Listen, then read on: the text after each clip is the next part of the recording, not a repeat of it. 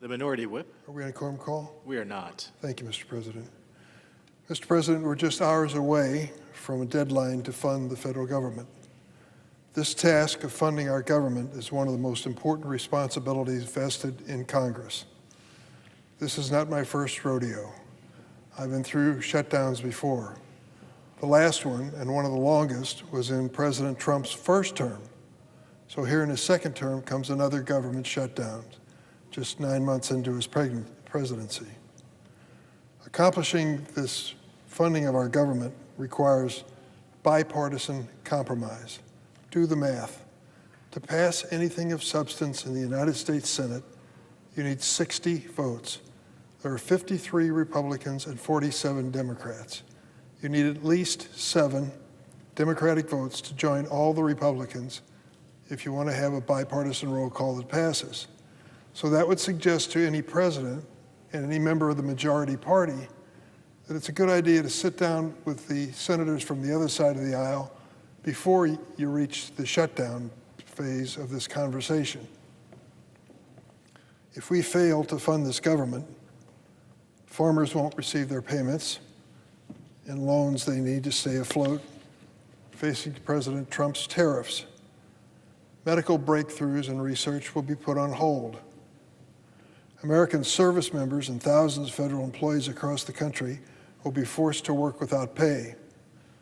But unfortunately, we've seen little interest on the other side to sit down and talk about it and to reach a compromise. The Republicans control the White House, they control the Senate, they control the House of Representatives, and they've decided the best approach is don't negotiate with the Democrats. Give them a take it or leave it, and let's see what happens. Despite knowing since March that government funding was going to run out tonight, President Donald Trump waited until yesterday to meet with Senate Minority Leader Chuck Schumer and House Minority Leader Hakeem Jeffries. What was he waiting for? He understands the president bears major responsibility if a shutdown takes place. Think about it. He waited until a day before the government funding deadline to finally sit down and talk to both political parties. The Republican Majority Leader Thune said he's committed to passing appropriation bills through regular order. I agree. I'm on the Appropriations Committee. I think we're doing a pretty good job and we can do better. We also want to pass government spending bills, but we refuse to rubber stamp President Trump's harmful cuts and reckless actions. Yet, instead of being here to do the work of funding our government, Republicans in the House are gone. They left Washington last week and don't plan to return till next week. That doesn't help at all. The House must stop playing political games and come to work so we can actually avoid this shutdown. Republicans must take responsibility for the government they control. Government they control. White House Republicans are on vacation. Their refusal to prevent a shutdown will ruin millions of American travel plans. During a shutdown, air traffic controllers and TSA employees work without pay. That's not reassuring. This means delays and longer wait times for travelers at airports across the country. Just like the last time that President Donald Trump shut down the government in 2018 for 35 long days, it took pressure from the air traffic controllers to finally end that Trump shutdown. And our aviation system will continue to bear the effects because the shutdown would pause hiring and training programs for air traffic controllers at a time when we should be improving safety. Does it make you feel more confident to take a flight and realize that that air traffic controller, if they're at work, is working without pay? Or that the testing and training of the air traffic controllers has been delayed because of a shutdown? So the next time you're sitting in an airport and you see your flight delayed, you can thank those who didn't want to sit down and talk before the shutdown faces. Unfortunately, the Trump administration is preparing to weaponize the shutdown and continue their attacks on the federal workforce. Without any rhyme or reason, they have been chopping off thousands and thousands of federal employees. Sometimes the employees are doing essential work and they beg them to come back to work. Some do, some don't. Last week, the director of the OMB, Russell Vought, sent out a memo stating that any government employee who seeks funding for their role labs because of a shutdown would be fired if their work does not align with the president's objectives. They're promising a big shutdown of the federal workforce. These firings jeopardize progress at federal agencies already indiscriminately gutted by the Trump administration. The Trump administration has begged fired employees to return to work at agencies like the National Weather Service and Department of Energy. Even Republican senators, some, agree government employees are not pawns to be played during the debate on government funding. These employees and their families deserve a better boss. But the Trump administration apparently doesn't care. They're content to cause continual chaos across the government to score cheap points. The American people know who's making the government work and who's trying to destroy it. For months, Democrats have been ready and willing to work with Republicans to avoid the awful effects of a shutdown. Why should the average American care about a shutdown? What import does it have to you and your life and your family? It's basic. It's health care. That's what this is about on the Democratic side. We think this is a battle worth fighting. We face the prospect of some 24 million Americans either losing their health insurance in the next several weeks or seeing dramatic increases in their premium payment. Some will have to get a different insurance policy with higher deductibles. Some won't be able to afford health insurance at all. And take a look at what the cutback in Medicaid is going to do to hospitals across our country. Illinois is a great state, very diverse. Beautiful big city of Chicago and a lot of smaller rural area towns as well. These rural areas count on hospitals like no other place in our state. They are literally the lifeline. And if these hospitals start to close, it not only presents a hardship when it comes to medical care, it hurts the economy of the region. Imagine trying to keep or attract a company to bring their business to your town when you just lost your hospital. This cutback in the big, beautiful budget bill of the Trump administration of paying into Medicaid is exactly the wrong thing to do for my home state of Illinois and for most other states. We want to make sure that that doesn't happen. We want to stop this cutback in health care quality and availability across this country. That's what we're holding out for. It isn't some big, beautiful border wall. It's what American families have to pay for health insurance each month. You ought to see the numbers if we don't do anything. The so-called ACA tax credits means that there's a helping hand for families in income situations where they're eligible to pay for health insurance. The Republicans eliminated this helping hand, and now the premiums are going to go up. We've already received notice in Illinois of several insurance companies that have gone out of business.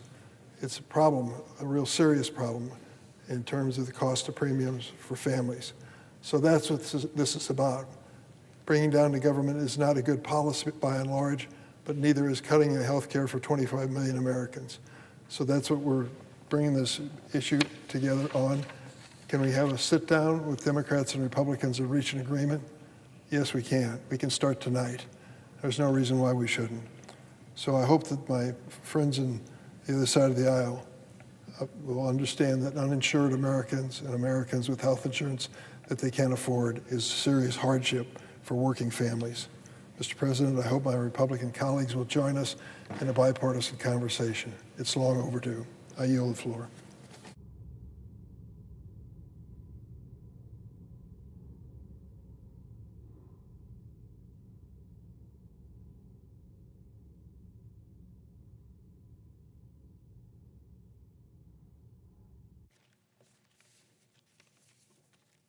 Mr. President. Senator from Virginia.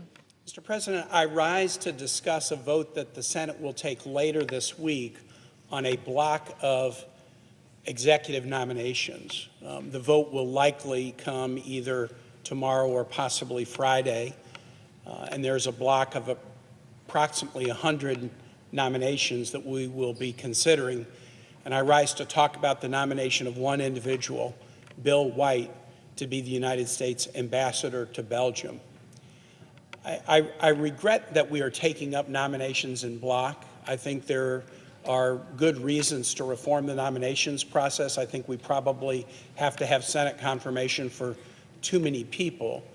But I didn't believe a few weeks ago in the Senate action that allowed people to be lumped together, because my view was that causes individuals who are in the block not to get the appropriate scrutiny that they should get.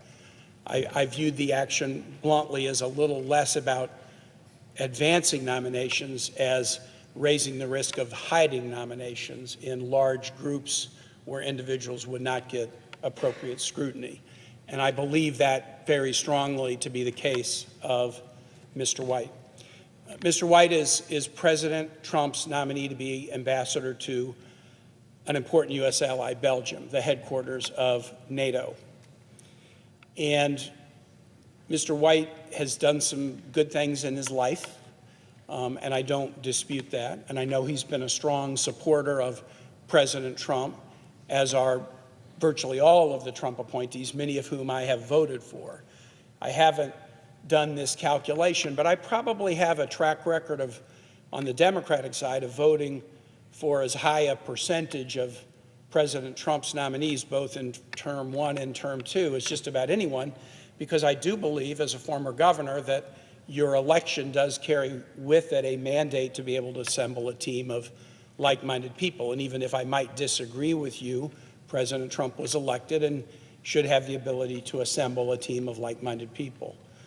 But I do carefully scrutinize the character, judgment, and qualifications of the individuals who are put before us for important positions. And this nomination of this individual for this country at this time I view as so uniquely bad that I wanted to take the time to come to the floor and talk about why. And what I'm going to talk about is Mr. White's judgment, as evidenced by his social media postings.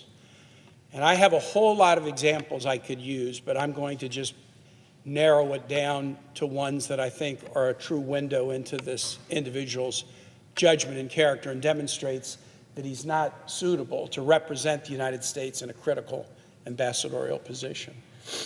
On May 16, 2023, he tweeted out about one of our colleagues, Senator Graham of South Carolina.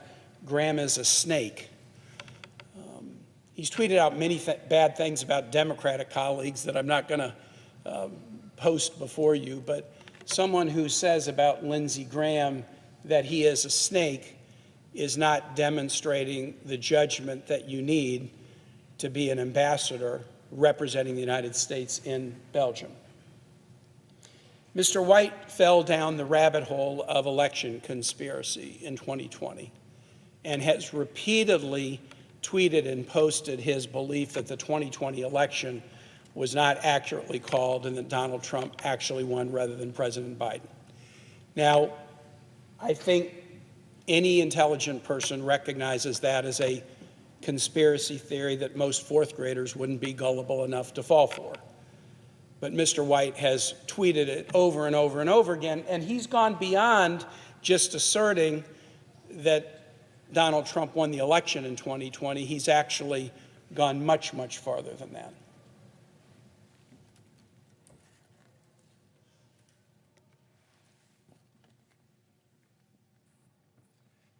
In the run-up to the election of 2024, so this is now 4 years after the 2020 election, Mr. White was posting material, reposting material about Georgia's Secretary of State Brad Raffensperger, a Republican, claiming that he had acted improperly in the 2020 election, lock Georgia's Secretary of State, and forgive me, this is a quote, lock this mother effer up. That is what he is calling to happen to the Republican Secretary of State in Georgia. And this was recent. This is in August of 2024. This is not years and years and years ago. Mr. White went on to continue in this extreme rhetoric in the aftermath of President Trump's election in 2024. Within the days to follow, shortly after the election, he basically says Donald Trump won Georgia. That's referring to the 2024 election. And then it's high time now to legitimately prosecute the Georgia Secretary of State and Governor Kemp, the Republican governor of Georgia, Mr. White, is calling for them both to be prosecuted, and this was just at the time that Donald Trump won the 2024 election. Okay, Donald Trump has been elected president in 2024. Why are you still so focused on a campaign of retribution against Georgia Republicans that you are urging to be locked up and prosecuted? To be an ambassador, you need to have some judgment. You need to have some diplomacy. You'll deal with tough issues. Belgium is not a big country, but Belgium is a very important country. It's been a U.S. ally for a very long time, and it's the headquarters of NATO, which has huge importance in the world right now. And putting somebody into a position like this who puts out negative tweets about Lindsey Graham and who is encouraging Republican officials in Georgia to be prosecuted and locked up, I think those would be disqualifying in and of themselves. But as I was looking at this individual social media account, I came upon something else that a lot of people didn't notice because it seemed odd, but I did a little bit of research into it, and I want to focus on it. Mr. White, in May of 2024, months before President Trump's election, retweeted a post from an individual named Dries Van Langenhove with a video from this individual. And the video is a lengthy video where this individual, Dries Van Langenhove, says, "This Friday they may send me to prison for years, so this video is my last chance. They are trying to destroy me, but with your help we will destroy them. Free Dries." Among the other tweets calling a colleague a snake and calling for people to be locked up, this one seemed odd. Who's Dries Van Langenhove? Who's Dries Van Langenhove? Dries Van Langenhove is a convicted, Holocaust-denying, pro-violence anti-Semite in Belgium.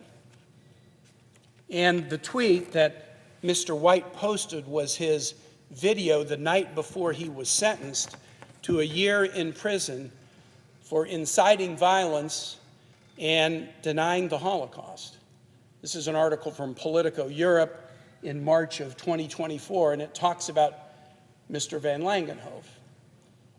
Title: Belgium's far-right prodigy gets prison term for inciting violence. Dries Van Langenhove, a political activist and leader of a Flemish nationalist youth movement called Children Vrienden, was convicted of inciting violence and denying the Holocaust, the Ghent Criminal Court ruled. He reveled in Nazi ideas that caused much suffering. He wants to undermine society, a judge said when announcing the ruling. Why would Mr. White, in March of 2024, even know who Dries Van Langenhove was? When I saw this, as I was researching this prior to the hearing in the Senate Foreign Relations Committee, I had no idea who Dries Van Langenhove was, and I wondered, why is Mr. White platforming this individual I know nothing about?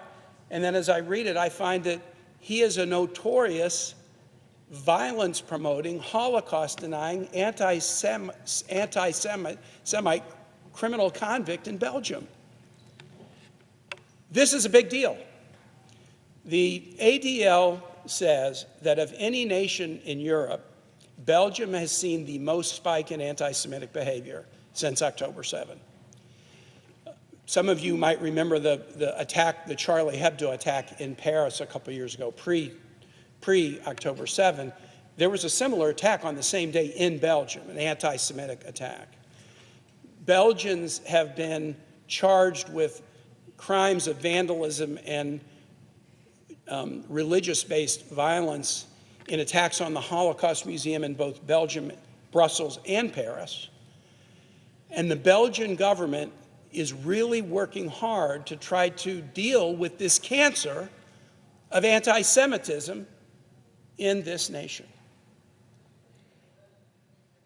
As far as I know, Mr. Langenhove is the only individual who has been successfully prosecuted in Belgium for Holocaust denying and inciting violence and reveling in pro-Nazi ideas.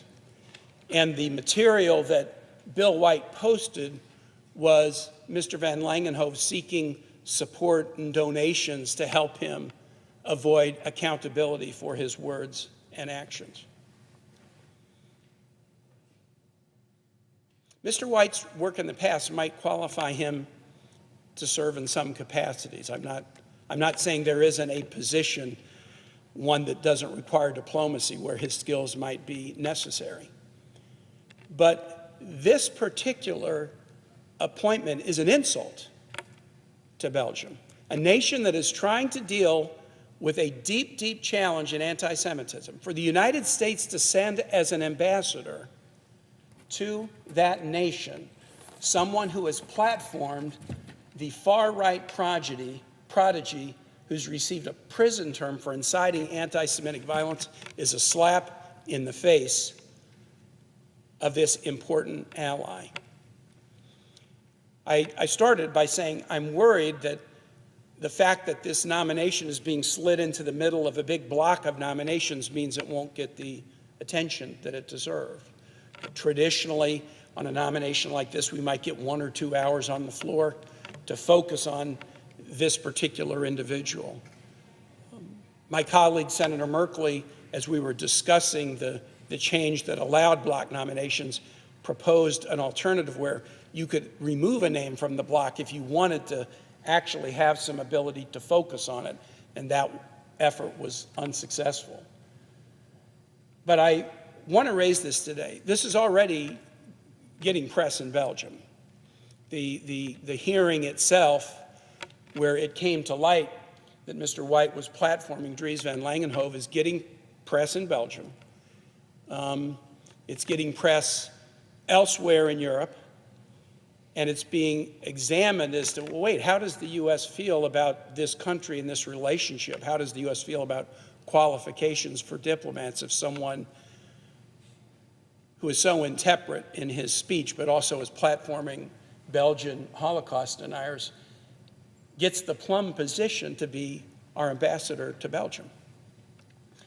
And so my hope, and in life I've often learned that high hopes is great, and so is low expectations. And I will say, in standing here today, I stand here with high hopes and low expectations. My hope is that some of my Republican colleagues might look at this and say, this is a bridge too far. This is too important a country, and anti-Semitism is too important an issue to send with the imprimatur of U.S. ambassador into this ally of the United States, somebody who is platforming and promoting an anti-Semitic, Holocaust-denying, convicted criminal. And that is my hope, that when we have this vote later in the week, we might decide that the United States can do better by our ally. With that, Mr. President, I yield the floor.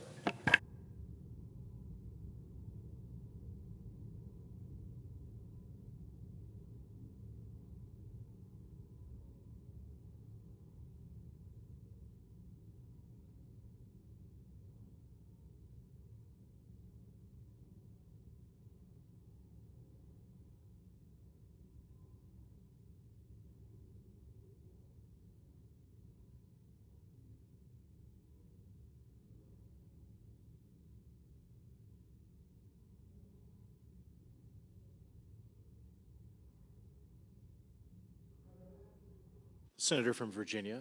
The absence of quorum. The clerk will call the roll. Ms. Alsor-Brooks.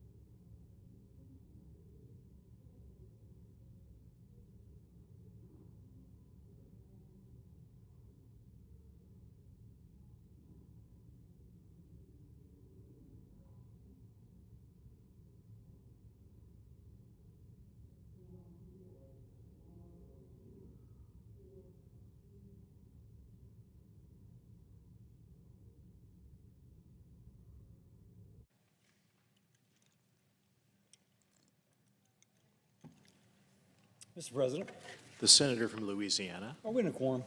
We are. I ask that the quorum call be vitiated. Without objection.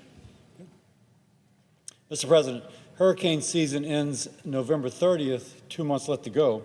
Last week marked the first anniversary of Hurricane Helene, and I see from reports that the area of North Carolina most affected is still terribly affected. It was such a severe storm that people in Louisiana went from Louisiana to help North Carolina and other states with their emergency operations on the ground. This weekend saw 2 Category 4 storms churning in the western Atlantic. Thankfully, they did not hit, or they do not appear they'll hit our coast. Still, the storms remind people in Louisiana and other states that flooding is not a matter of if, but rather when. Now, Democrats, as we know, are pushing us towards a government shutdown. What does that mean for the National Flood Insurance Program? Imagine you're about to close on a house in 2 days, and the bank requires you to have flood insurance. If you're in a special flood hazard area, by the way, over half of Louisiana is a special flood hazard area, and you're purchasing a house with help from a federally backed loan, you will not be closing on that house, nor will you be able to renew your existing policy. All because Democrats have rejected a clean, continuing resolution to keep the government open. Let me repeat. They are walking away from a bill that simply extends the existing budget for 7 weeks to allow further negotiation. Instead, they demand a highly partisan bill, which would add more than $1 trillion to our nation's debt. They want taxpayer-funded health care for illegal immigrants, transgender surgery for minors, and to cut $50 billion from the Rural Hospital Fund Republicans created as part of our Working Families Tax Cuts bill. Now, back to flood insurance, Americans are left wondering how a shutdown will affect it. While Democrats are writing checks to the far left, folks are wondering if they can close on their house. Now, I'll tell you what the American people care about. They want the government to do its job. They want disaster recovery when needed. They want flood insurance that works. They want rural hospitals to stay open. They want energy security and a balanced budget, not trillion-dollar add-ons that only serve a political agenda. Mr. President, the American people deserve accountability. They expect Congress to put their needs before partisan politics. If this shutdown happens, it means that the National Flood Insurance Program cannot renew policies. That's 500,000 people in Louisiana, millions across the country, unable to renew policies while we're still in hurricane season. It'll mean delays in disaster aid and emergency response coordination. It means uncertainty for families still recovering from Hurricane Helene and other past storms. Now, this is personal for folks in my state. If Democrats would stop trying to please the fringe of their party and start focusing on the real immediate needs of the American people, like keeping the government open, maintaining flood insurance, protecting access to rural health care, we can solve this today. So I ask my fellow senators who are Democrats, who are you working for? Are you working for the American families watching the weather, hoping the next storm doesn't wipe out everything they built? Are you working for veterans waiting on care, the seniors relying on Social Security checks, or the communities who count on rural hospitals in a crisis? Or are you working for political activists and special interest groups that have nothing to do with the lives of the people you were elected to serve? Mr. President, the path forward is simple. Pass a clean bill to keep the government open. Now, Mr. President, I ask unanimous consent that the next portion be entered separately into the record. Without objection. Mr. President, middle-class Americans are taking it on the chin. You ask anybody buying groceries, and you start talking about high grocery prices, their heads just start to nod. American farmers can't hire workers to pick their crop. Farm products are being tariffed. Beef and coffee prices are through the roof. For the first time ever seen since it's been tracked, ground beef is over $6 a pound, and it keeps rising. To put that in perspective, it was under $4 when President Trump left office in 2021. And people can't afford to live if you combine the cost of the things they absolutely need, their health care, their flood insurance, property and casualty or homeowners insurance, car insurance, mortgages, car payments. After that, they're sitting around an empty kitchen table worried as to whether there is enough left in their pocketbook to buy the groceries to feed their family. Now, with 67% of Americans saying they're living paycheck to paycheck, you can imagine how many empty kitchen tables there are. Last week, I got a message from a woman in my state who lives on the north shore of Lake Pontchartrain. She told me this is the problem she's facing. She can't afford to live and to pay for her groceries. By the way, she's a teacher. Good job. Been for 26 years. But she can't afford to live and pay for groceries. The middle class has taken it on the chin. And a lot of Americans are in the same situation as she is. No matter how hard they work, no matter how many jobs they work, sometimes 2 or 3, they can't keep up. Now, since 2000, housing demand has grown more than housing supply. Roughly 46% of Americans let their credit card payments roll over month to month because they cannot afford to pay in full. That's almost 50% of people in the United States are not paying their credit card bills, and that's with 21% to 26% interest rates on that. Almost a quarter of Americans don't think they will ever pay off their credit card debt. And the hole keeps getting deeper. Now, Republicans are trying to address this. In the Working Families Tax Cuts bill, we increase wages by eliminating taxes on tips and taxes on overtime. Most seniors will not pay taxes on their Social Security payments. We increase the child tax credit. We incentivize companies to start building in the United States now instead of waiting for 10 years.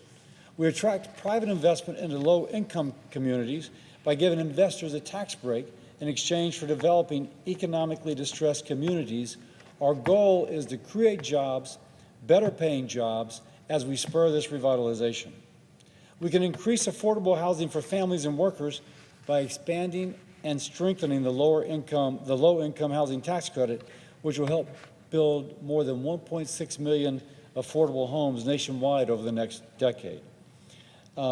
Again, we give tax incentives now for those better-paying manufacturing and construction jobs.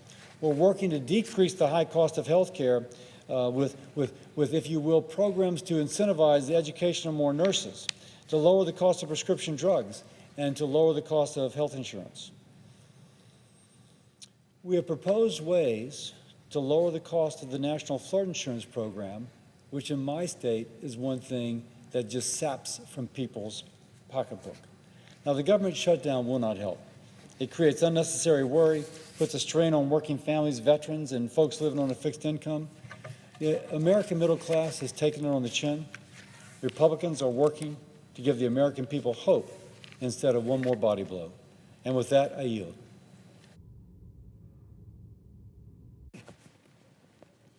Mr. President. The senator from Louisiana.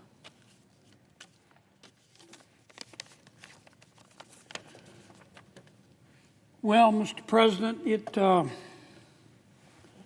looks like we're going to have a shutdown.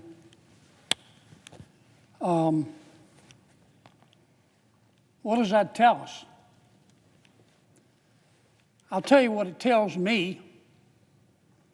It's simply that much more evidence that human evolution is a slow process. I thought humans had advanced more as a species, but apparently we haven't. What do I mean by a shutdown? Well, we can't keep government open without a budget. And tonight at midnight, our current budget expires unless we vote to maintain the status quo and continue the current budget as we negotiate a new one. Many of my Democratic friends say, well, what's the problem? The Republicans are in charge. The president's a Republican, and the Republicans have a majority in the Senate, and the Republicans have a majority in the House. What's the problem? They know what the problem is. We can't pass a budget. We can't keep government open just with Republican votes here in the Senate. We only have 53 Republicans. We need 7 Democrats to join with us.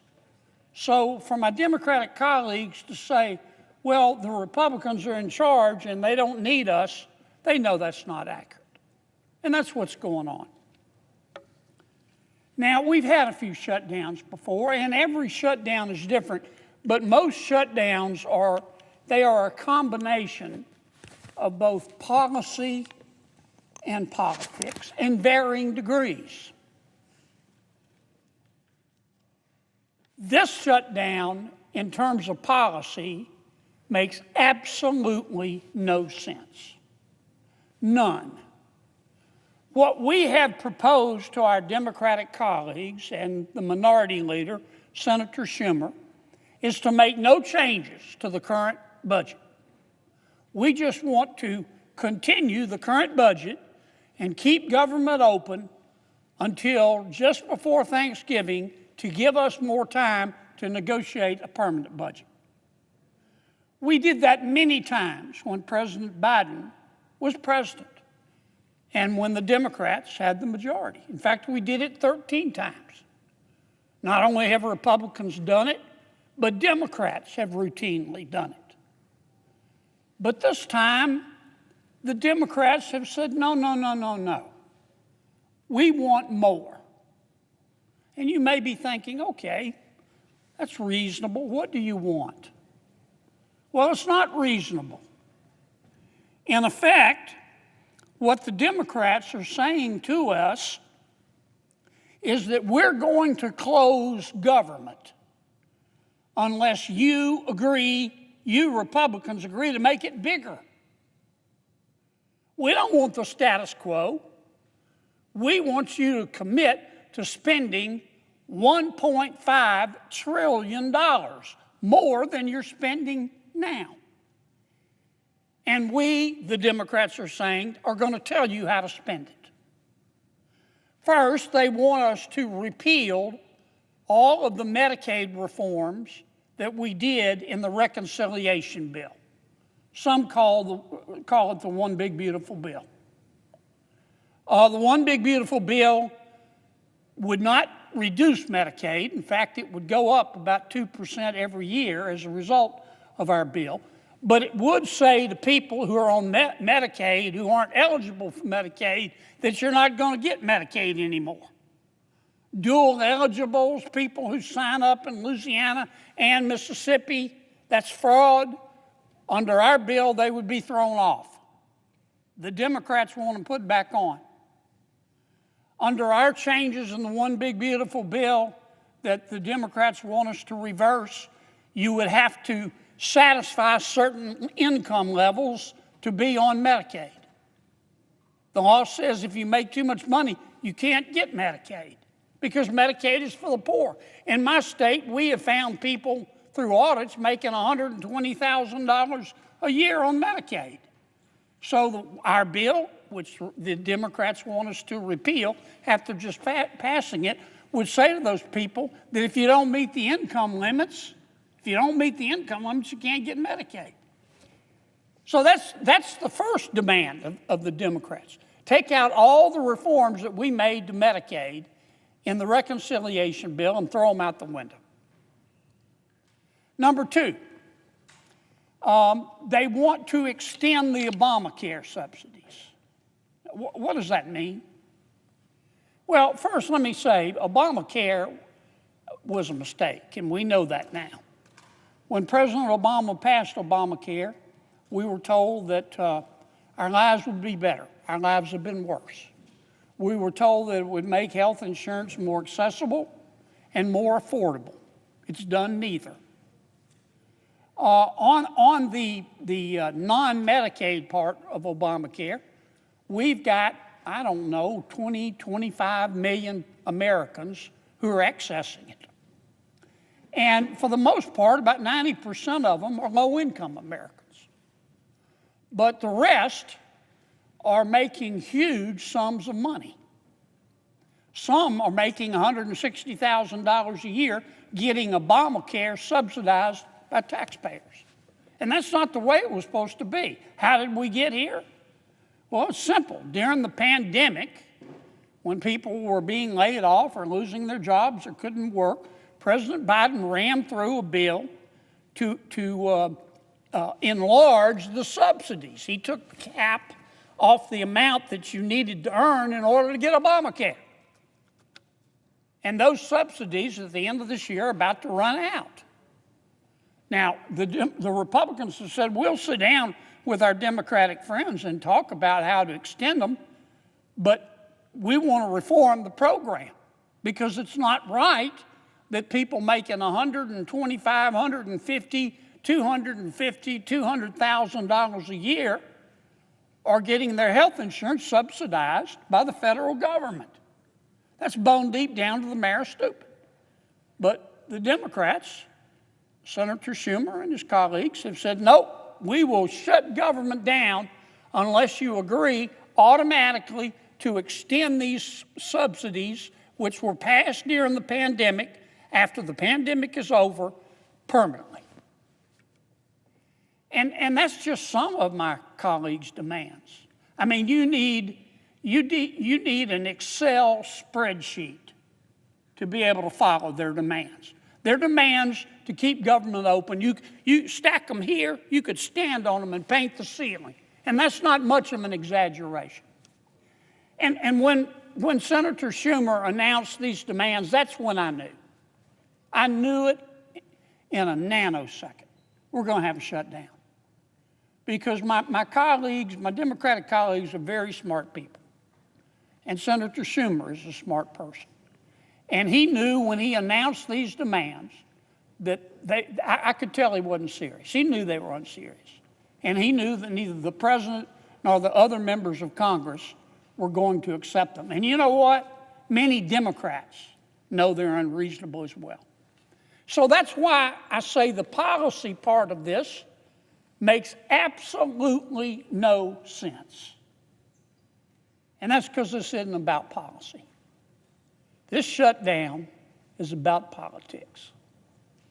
Now, parties change. Just like the human experience changes over time. Political parties change. My party's changing. So is the Democratic Party. And there is a wing of the Democratic Party, I call it the socialist wing. Some less charitable people call it the loon wing of the Democratic Party. And they are in charge right now. And the non-loon, non-socialist Democrats are scared to death of them. And this particular wing of the Democratic Party that's in the ascendancy, what do they believe?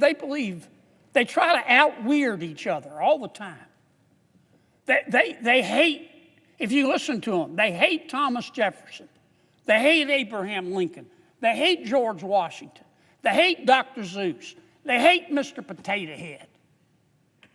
They think our kids should be able to change genders back and forth at recess. Kids. And if it's their preference, should be able to undergo sex change operations while minors paid by you, the taxpayers.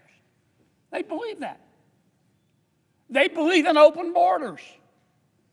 They believe that if you support the law, which says you have to be vetted to come into our country, if you support the law, you're a racist. I think if you support the law, you're being prudent. But they believe in open borders. And my Democratic friends are about to elect a new mayor in New York City who is a member of the Loon Wing. He's a self-avowed socialist.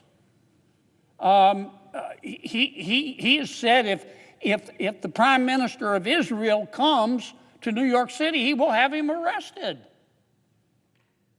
But this is not the majority of Democrats that believe this. I don't think that for a second. And I know many of my Democratic colleagues here don't believe that. But the Loon Wing, the socialist wing, the angry Gary Busey wing of the Democratic Party is in ascendancy, and they've got a lot of power, enormous amount of power. And many of my Democratic colleagues in the Senate are scared of them. And the loon wing is mad at many of my Democratic colleagues in the Senate. They shouldn't be, but they are. And therefore, many of my Democratic colleagues in the Senate are scared of the loon wing. And they want the loon wing to love them. The loon wing will never love them. They're better off doing the right thing, and they know what the right thing to do is. But that's why I say this is a political decision, and that's why we're going to shut government down. Now, once you shut government down, unless you're prepared to leave it shut down permanently, and maybe my Democratic colleagues are, but I don't think so. I still, maybe I'm naive, but I still think too many of my Democratic colleagues in the Senate know better. Once you shut the government down, you got to get back open. How are they going to get it back open? We're not going to agree to their demands. $1.5 trillion. They know we're not going to agree to it. So how is my friend Senator Schumer going to get government back open? You know, there's a famous movie line. I don't remember the movie. I think Denzel Washington said the line. I love Denzel Washington. He's what cool looks like. The guy's awesome. He's a total baller, man. I love Denzel Washington. But anyway, I think he said in one movie, if you pray for rain, you better be prepared to deal with the mud. And truer words were never spoken. So if you want to shut down, I say to my Democratic friends, you better be prepared to deal with the mud. How are you going to get it back open? How are you going to get it back open? I wouldn't want to be in their shoes to have to make that decision. Let me just say a few words. Every time we do a shutdown, it scares the living daylights out of the American people, especially our elderly. It breaks my heart. All of us get phone calls from folks scared to death. They're not going to get their Social Security check, or they're not going to be able to see their doctor, and it just breaks my heart. So I want to give them a little bit of assurance. During the shutdown, the executive branch will be in charge, and the Trump administration is not going to do anything to hurt our elderly. I want to assure them of that. If you're receiving a Social Security check or Medicare or Medicaid or a veteran's disability, your checks are going to continue. We will make sure of that. Trump administration will make sure of that. Government may be shut down, but essential workers will still be there to make sure those checks are sent out. If you're hungry and you don't have the money to eat, we're not going to let you starve to death. The administration is going to continue payments. We call it, some people call it SNAP. I call it food stamps. And we will continue the payments for the women, infants, and children's program. Most of us refer that to WIC. You'll still get your mail. Don't worry about that. Postal Service will be working through the shutdown. If you depend for health care on your Veterans Administration and VA medical centers, they're going to remain open. So I don't want you to be scared about that. Now, you're going to notice an impact. Probably we've got 2.5 million federal employees, probably 750,000 aren't going to be on the job. Under the law, they have to go home. So you will notice an impact. You'll notice it in our parks. You'll notice it in our museums here in Washington if you're visiting. You'll notice it in many of the federal agencies. That's the law. They can't come to work in a shutdown. Doesn't matter who initiates the shutdown. We still got a little time. It's midnight tonight, and we're going to be taking some votes here in a few minutes. Give our Democratic colleagues one last chance. One last chance to do the right thing. And I certainly hope they accept it. With that, Mr. President, Appreciate your patience, and I suggest the absence of a quorum. The clerk will call the roll. Ms. Alsobrooks.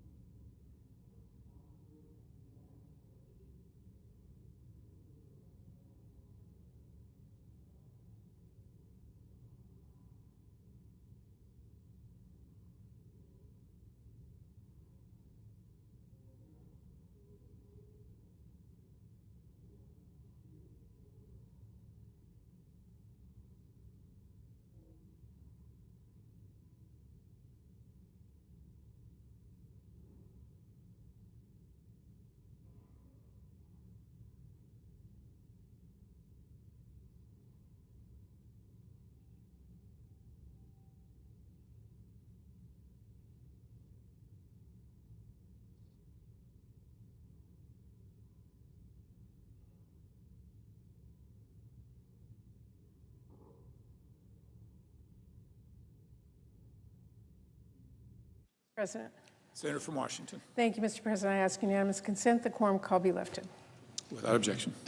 Mr. President, Democrats do not want a shutdown. Democrats also do not want millions of American families to go bankrupt next year because their health care premiums more than double. And Democrats do not want people to get kicked off their health care, get sick, or even die.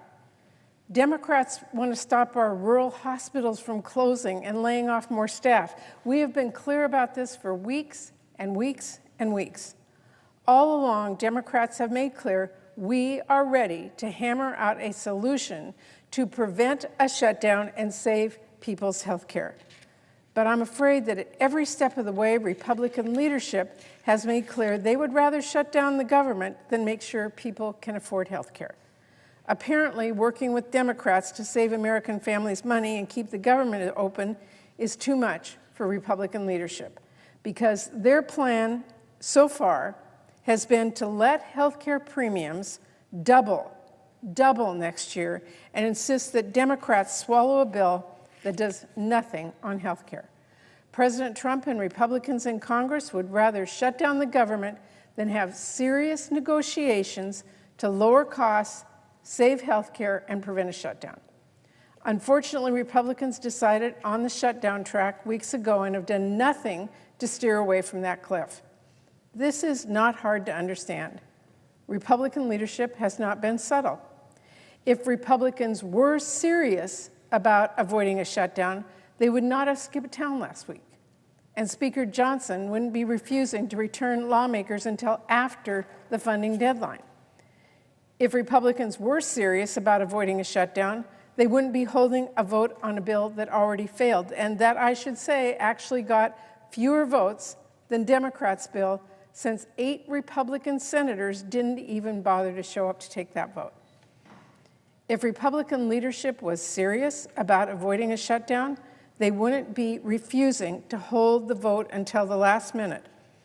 If Republican leadership was serious about avoiding a shutdown, Trump wouldn't say, "Don't bother dealing with Democrats." He wouldn't shrug his shoulders and say, quote, "If it has to shut down, it'll shut down." If Republican leadership was serious about avoiding a shutdown, they would not have waited until the last possible moment to hold a meeting that could have happened weeks ago, and they would have listened and negotiated at that meeting instead of just saying my way or the highway. And ask yourself this: if Donald Trump and Republican leadership were serious about preventing a shutdown, would Trump be tweeting out completely unserious AI videos riddled with lies, debunked conspiracies, and mariachi music? Would they be toying with the lives of public servants and threatening to fire more of them when they know the vital role that they all play in providing services to the American people? Come on. The president is thrilled to be shutting things down and sowing division, not working to solve the problem. He's showing every day how unserious he is in this moment. Or let's look at this another way. What would the Trump administration and Republicans be doing if they wanted a shutdown? Well, if President Trump and Republicans wanted a shutdown, they might be planning how to cause as much damage as possible, planning how they would hurt women and children who need vital nutrition assistance. The administration might be planning to use a shutdown as a pretext to conduct more of the same mass firings we have seen for months and inflict more pain.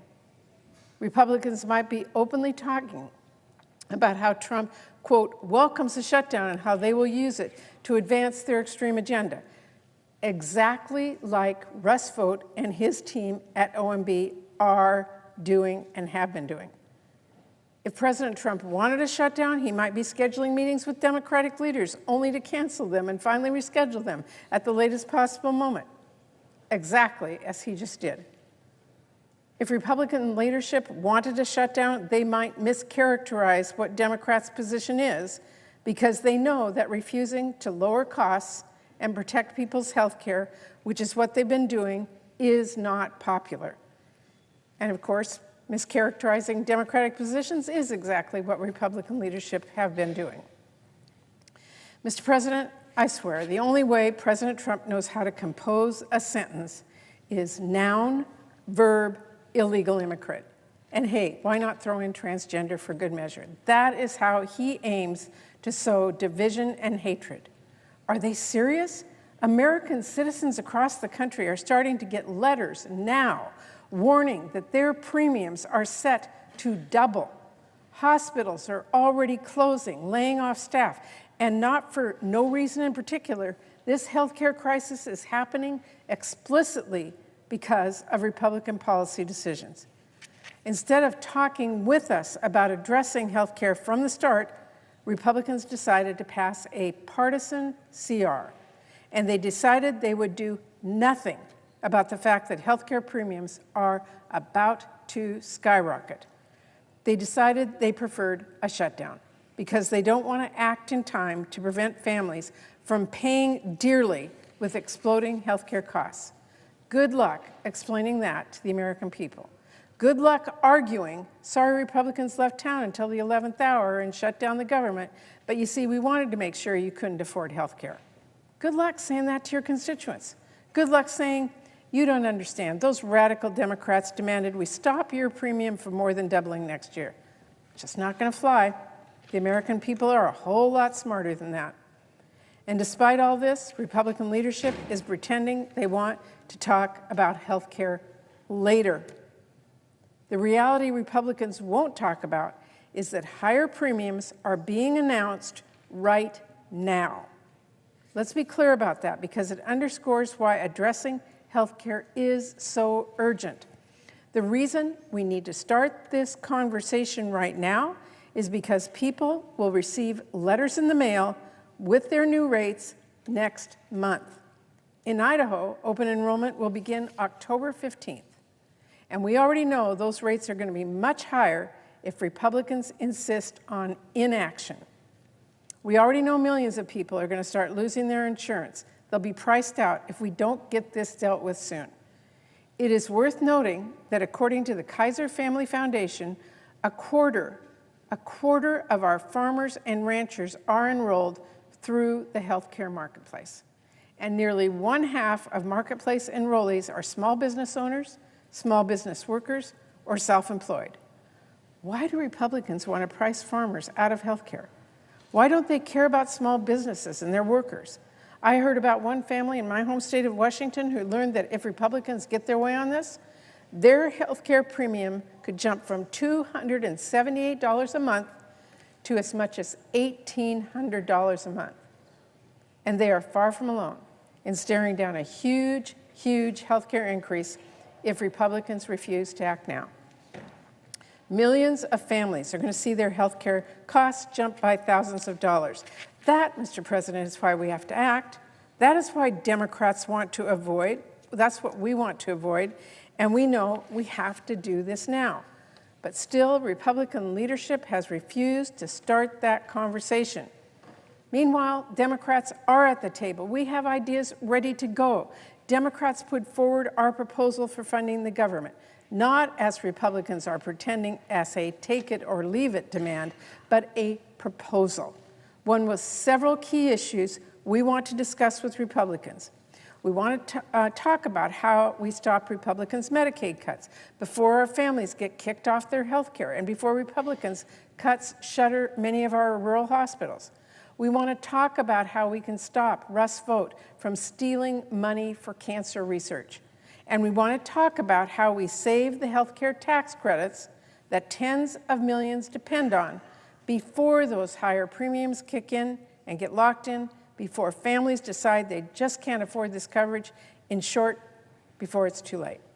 Because if Republicans insist on sitting on their hands, if they decide to wait until the last minute to finally work with us to save these credits, 1.5 million Americans will lose their health care.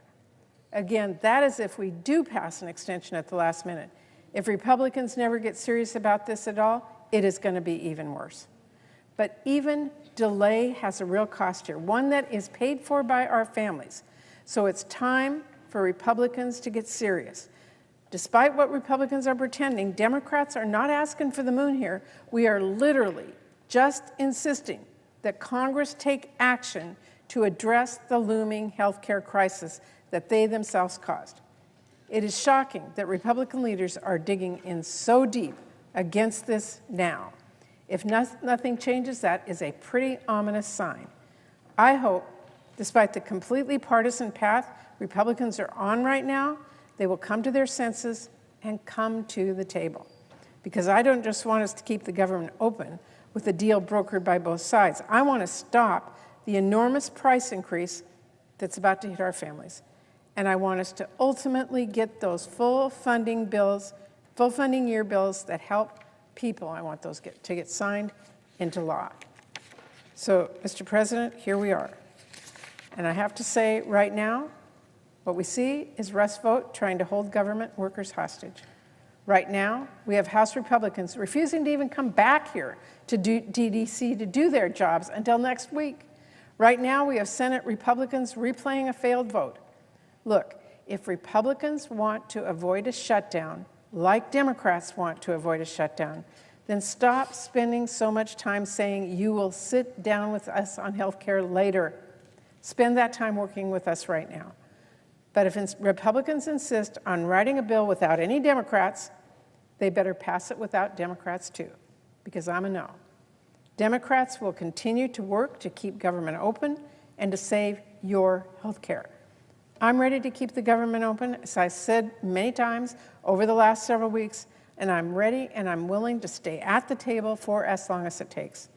The question here remains, will Republican leadership get serious and negotiate? Thank you, Mr. President. I yield the floor.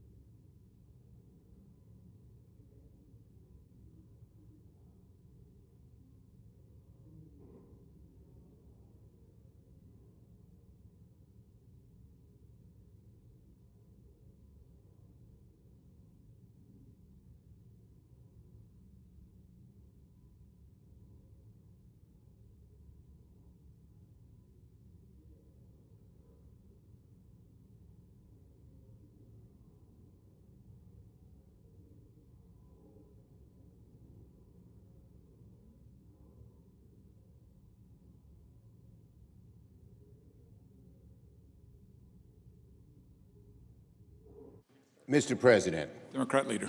we in a quorum? No. I move to proceed to the motion to reconsider the vote on passage of S-2882.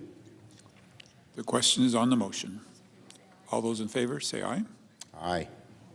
Opposed, no. The ayes appear to have it. The ayes do have it. The motion is agreed to.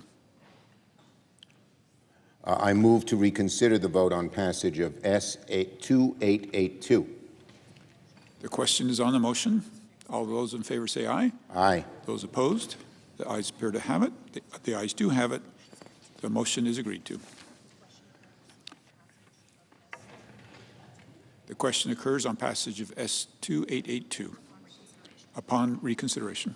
I ask for the yeas and nays. Is there sufficient second? There appears to be. The clerk will call the roll.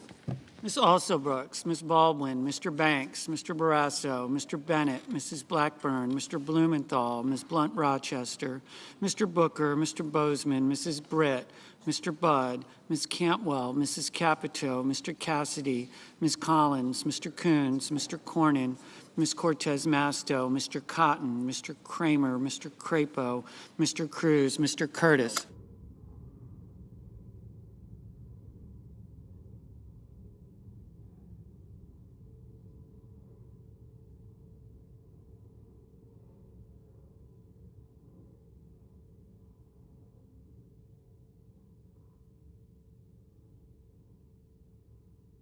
Mr. Daines.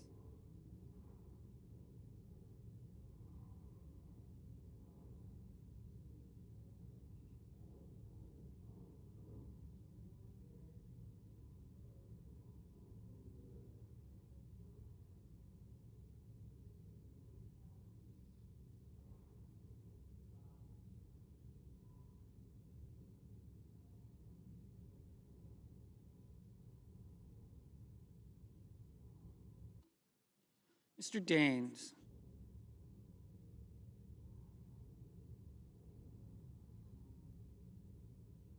Ms. Duckworth.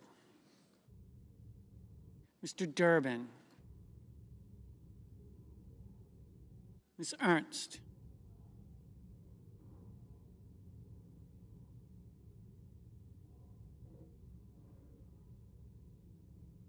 Mr. Fetterman. Mrs. Fisher. Mr. Gallego, Mrs. Gillibrand,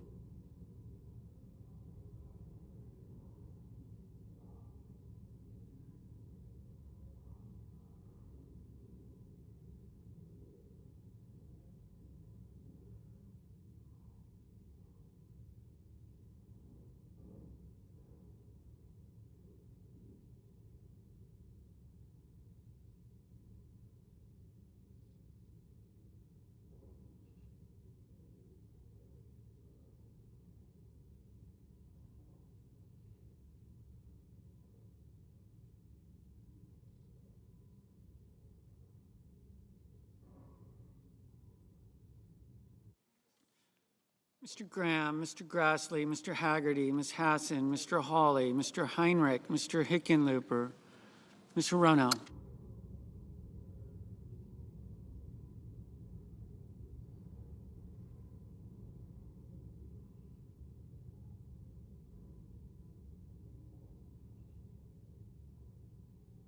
Mr. Hoven, Mr. Husted, Mrs. Hyde-Smith, Mr. Johnson, Mr. Justice, Mr. Kane, Mr. Kelly, Mr. Kennedy, Mr. Kim, Mr. King, Ms. Klobuchar, Mr. Lankford, Mr. Lee, Mr. Lujan, Ms. Lummis, Mr. Markey, Mr. Marshall, Mr. McConnell, Mr. McCormick, Mr. Merkley,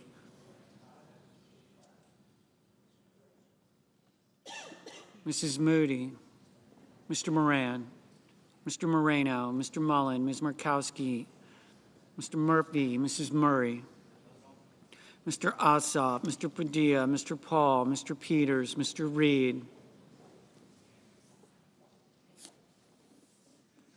Mr. Ricketts, Mr. Risch,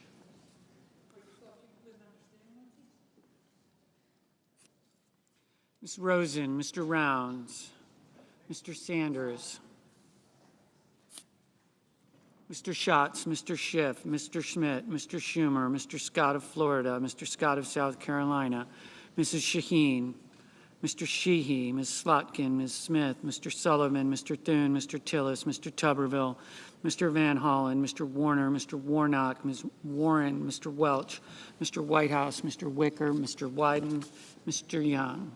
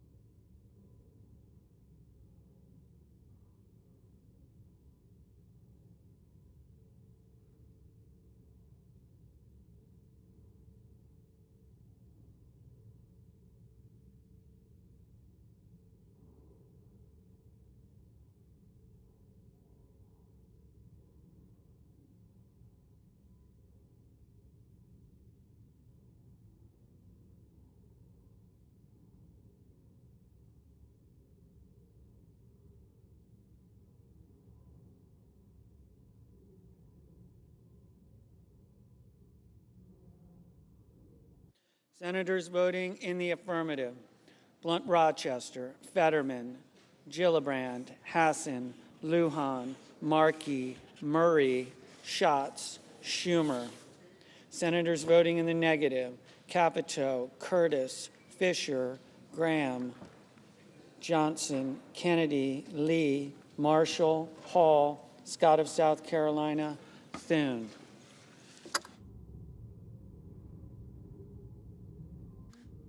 Mr. Kelly, aye.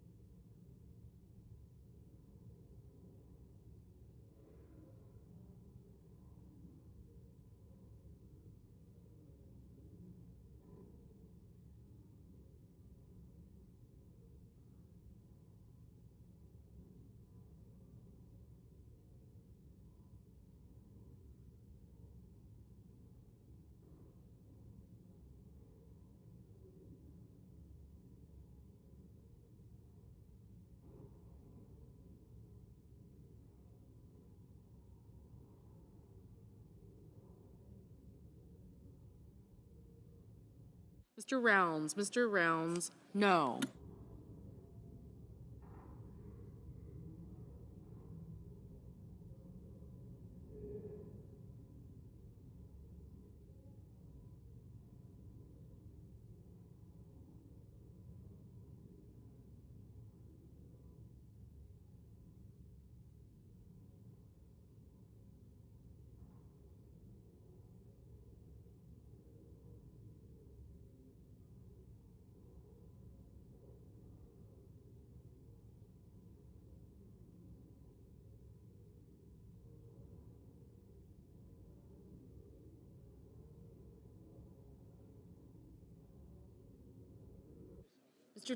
Mr. Tillis, no. Mr. Marino, no.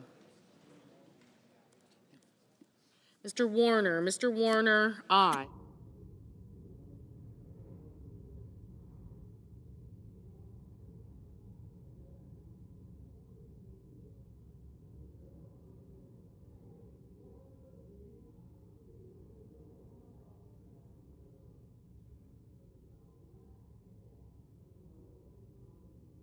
Ms. Cortez Masto, aye. Ms. Lummis, no.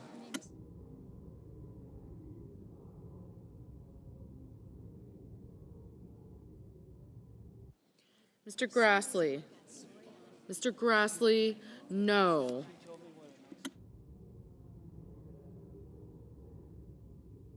Mr. Kane, aye.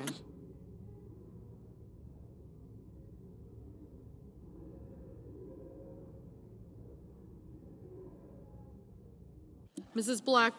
Blackburn, no.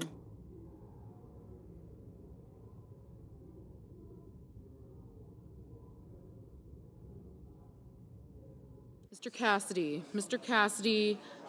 no.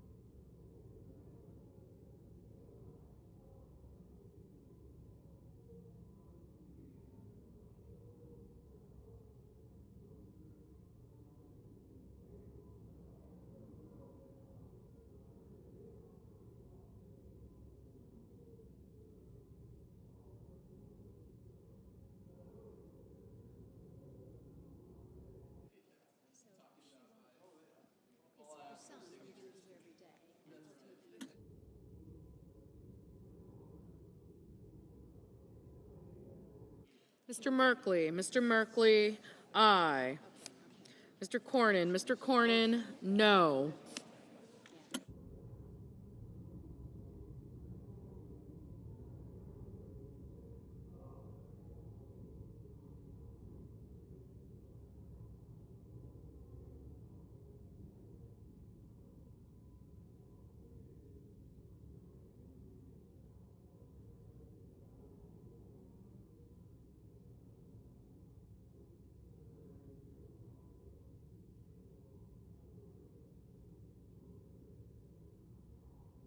Mrs. Shaheen, aye.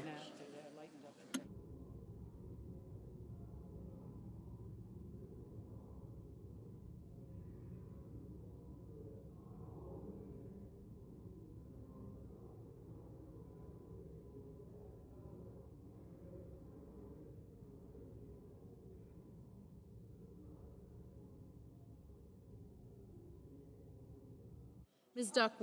Duckworth, aye.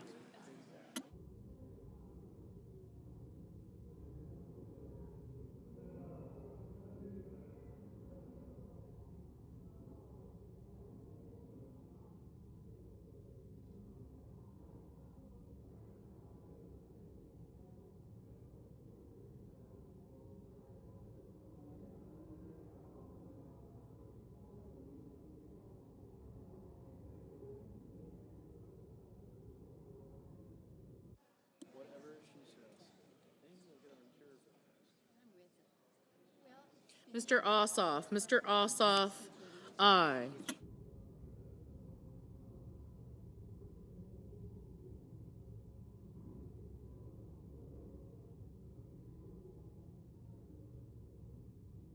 Mr. Durbin. Mr. Durbin, aye. Mr. Banks. Mr. Banks, no.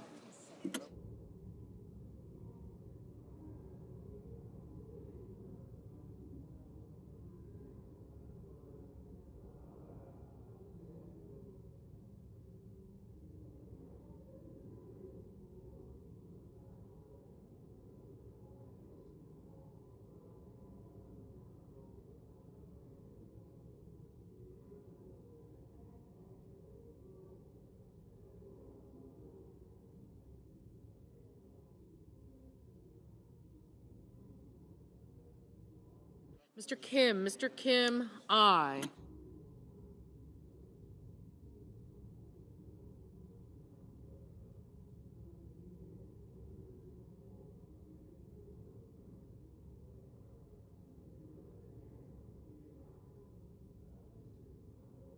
Ms. Murkowski, no.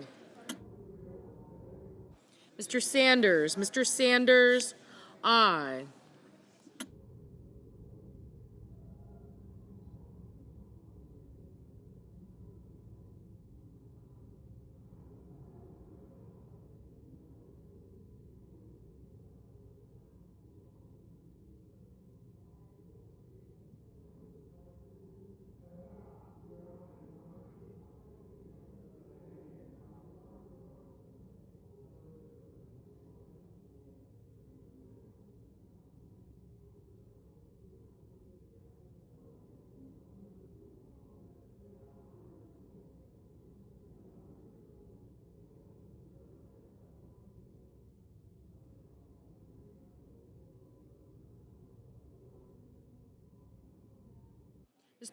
Mr. Reed, aye.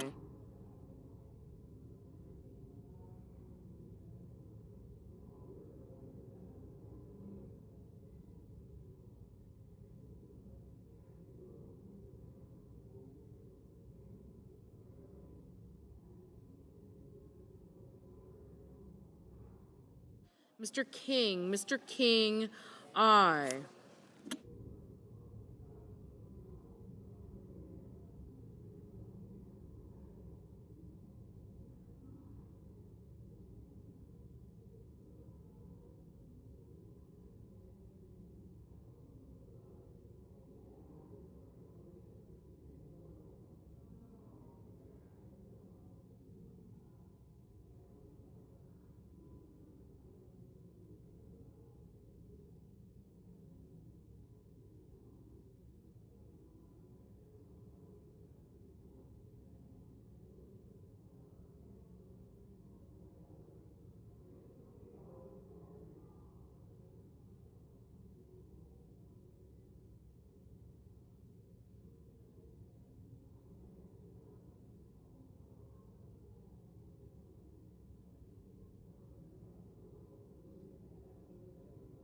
Ms. Klobuchar, aye.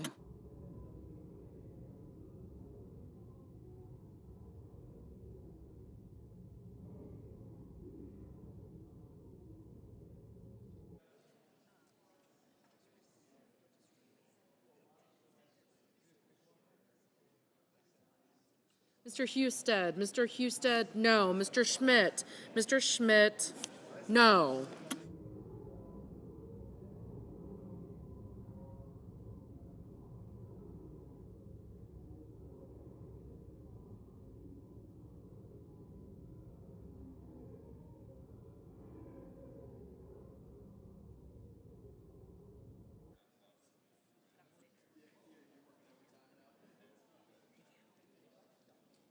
Ms. Ernst, no. Mr. Langford, no. Mrs. Hyde-Smith, no.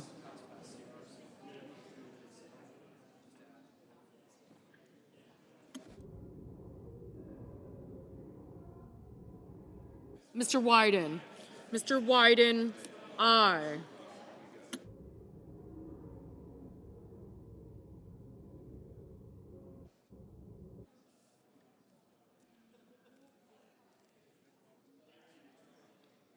Mr. Bennett. Mr. Bennett. Aye. Mr. Kramer. Mr. Kramer. No.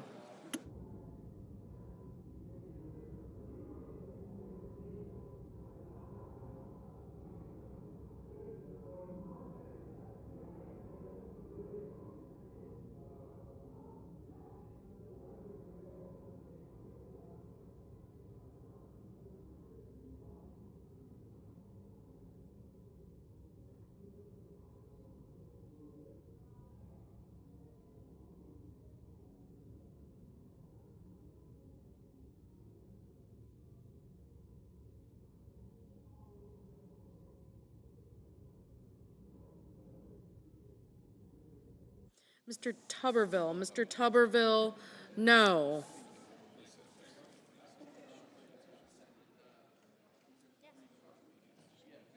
Mr. Crapo. Mr. Crapo.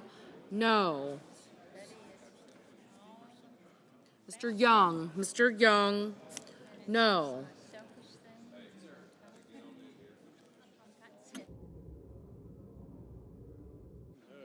Mr. Justice. Mr. Justice. No.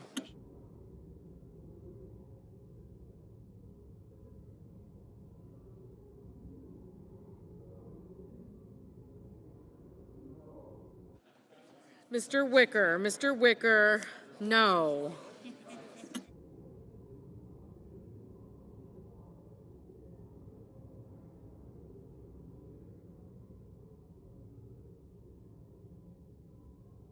Mr. Blumenthal. Mr. Blumenthal. Aye.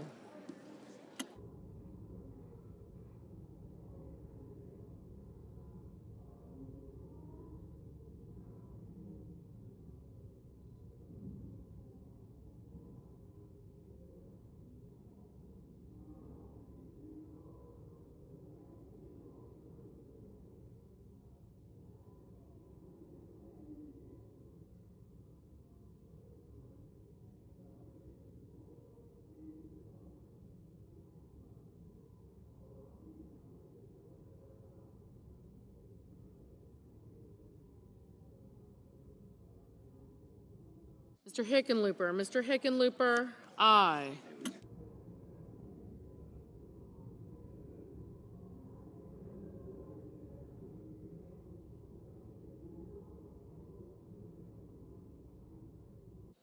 Mr. Scott. Mr. Scott of Florida. No.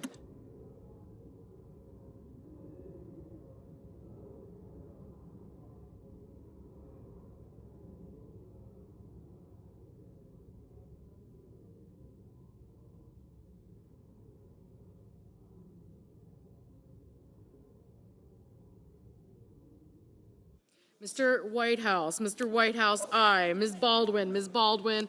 Aye.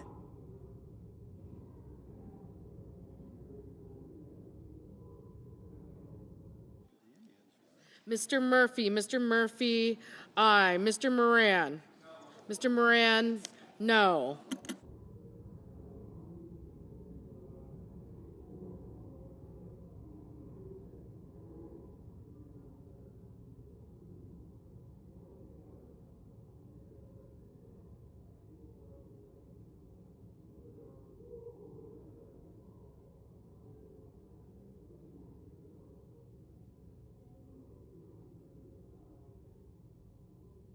Mrs. Moody. Mrs. Moody. No.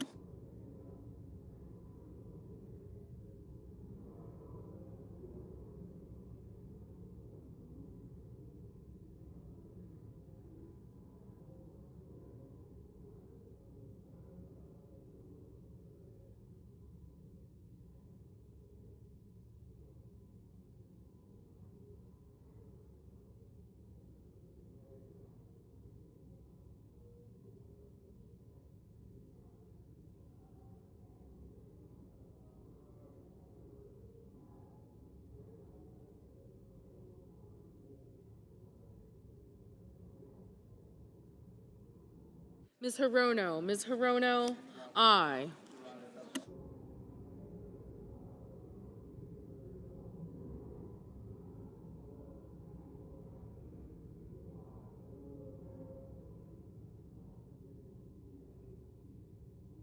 Mr. Heinrich. Mr. Heinrich, aye.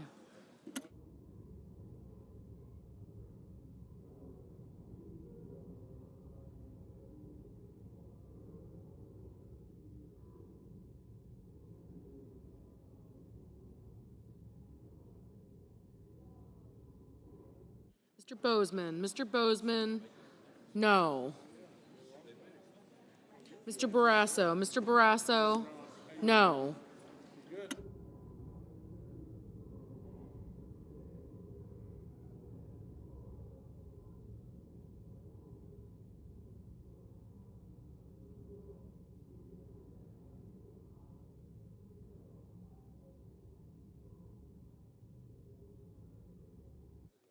Ms. Collins. Ms. Collins, no. Ms. Smith. Ms. Smith, aye. Mr. Van Hollen. Mr. Van Hollen, aye. Mr. Cotton. Mr. Cotton, no.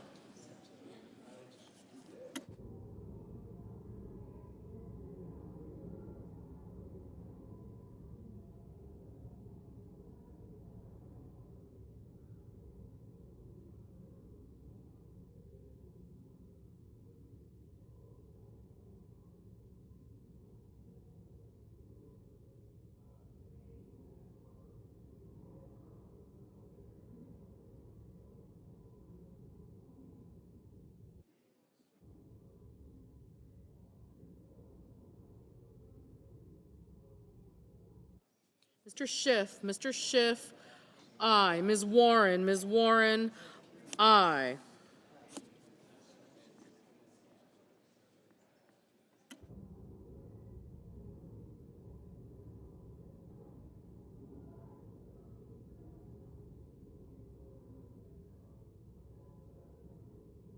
Mr. Deans. Mr. Deans, no.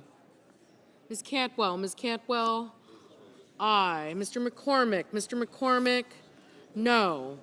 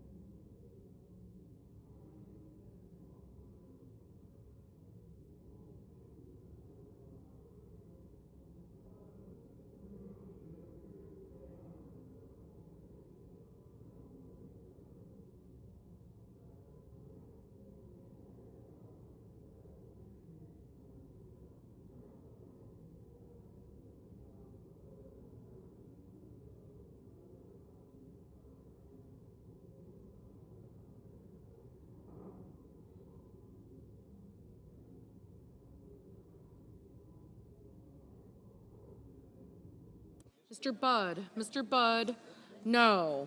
Mr. Mullen. Mr. Mullen, no. Mr. Peters. Mr. Peters, aye.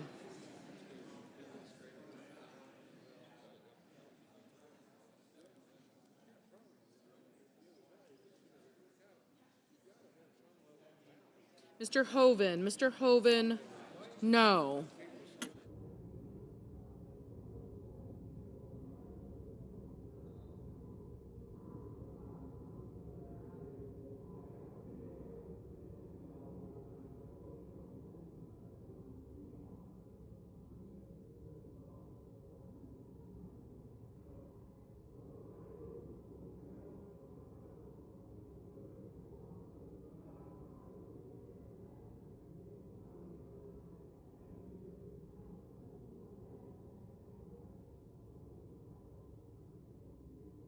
Mr. Risch. Mr. Risch, no.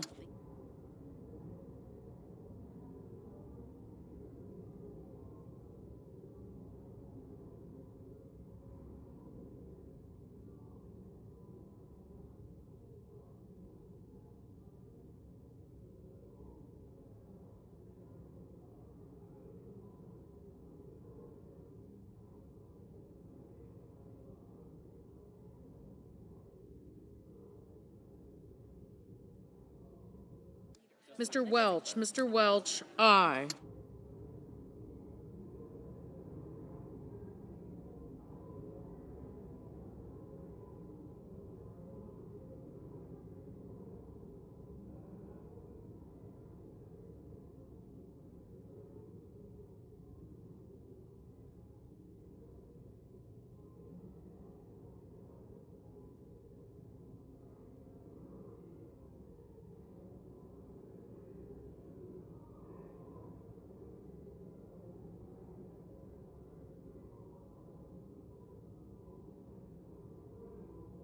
Mrs. Britt, no.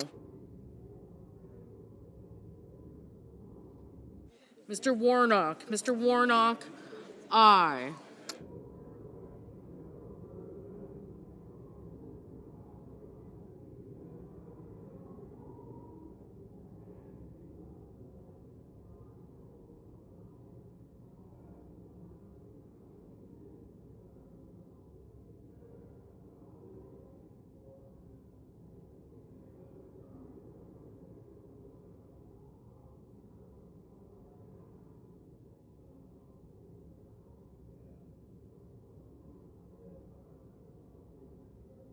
Ms. Also Brooks, aye.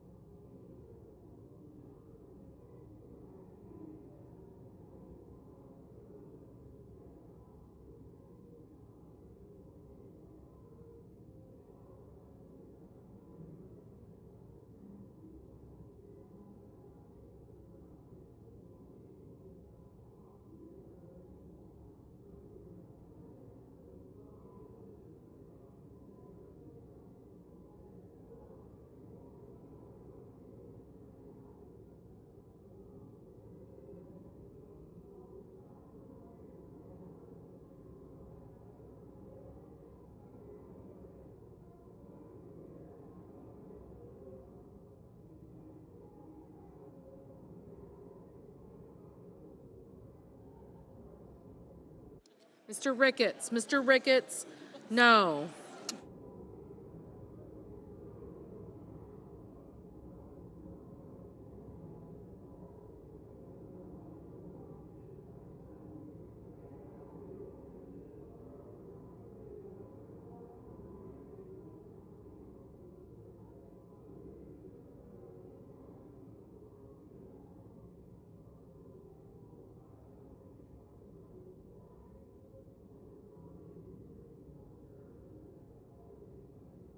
Mr. Coons, aye.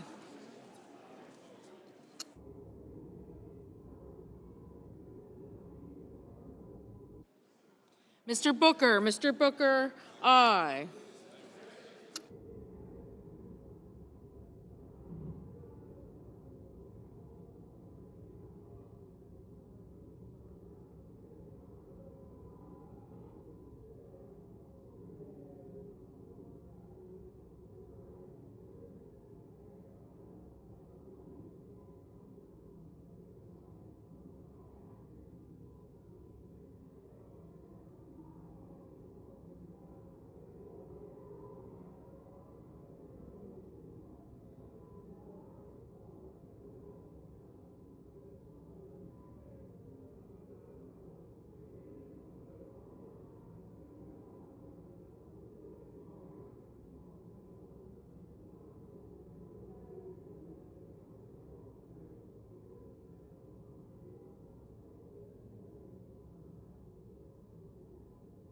Mr. Hawley, no. Mr. McConnell, no.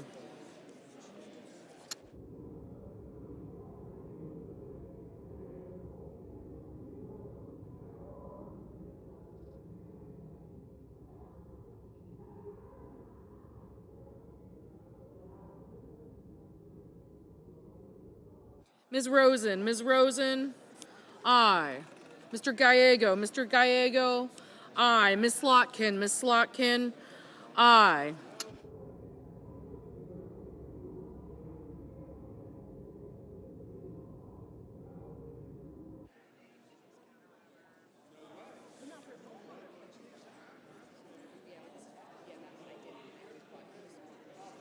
Mr. Sheehy, no.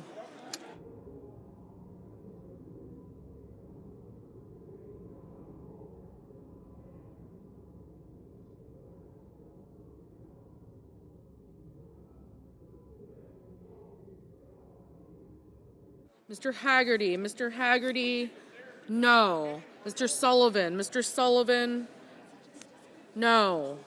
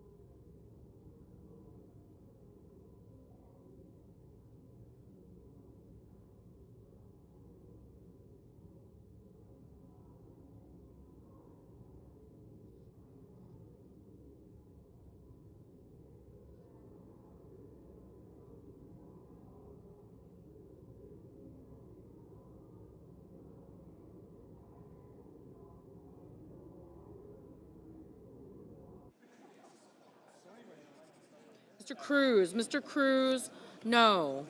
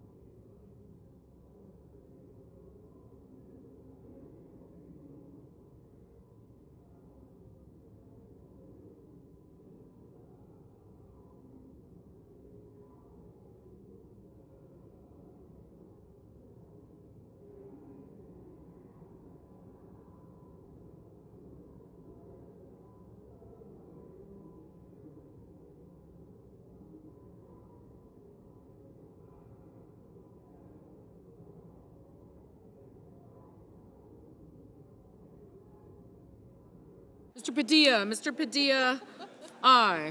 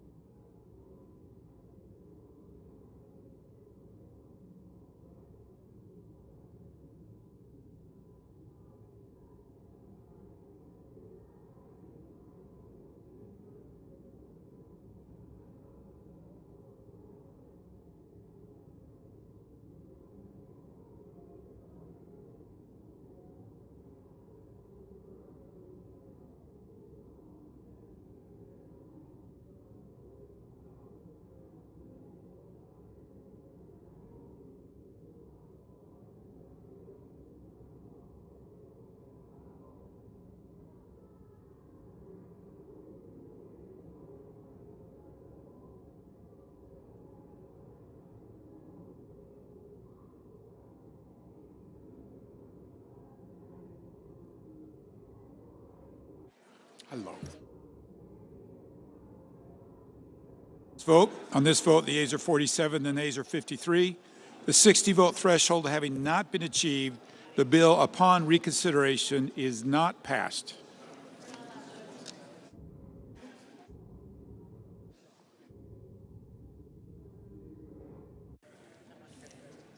Mr. President,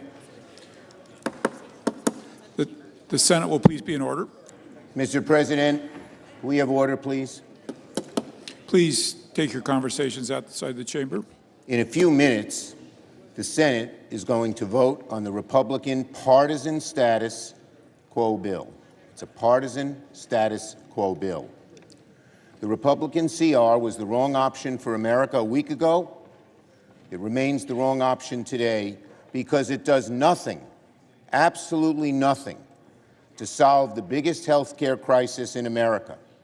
As we speak, tens of millions of Americans are getting letters in the mail informing them that their health care premiums are about to shoot up by an average of 114%.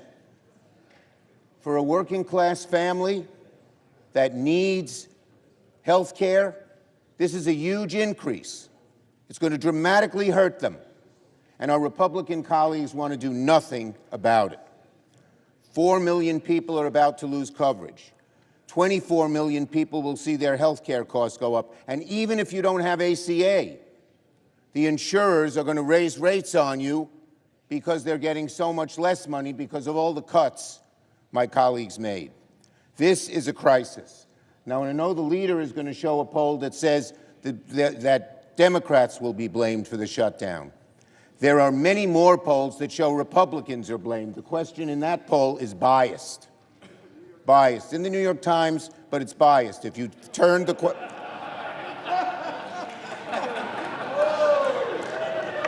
That's true. I don't always believe the New York Times. You can be sure of that. Neither do you.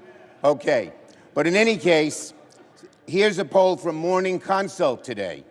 75% of Americans support extending the tax premium credit. 63% of Republicans support it. And 45% of voters say they'll blame Republicans in Congress for a government shutdown. Only 32% blame Democrats.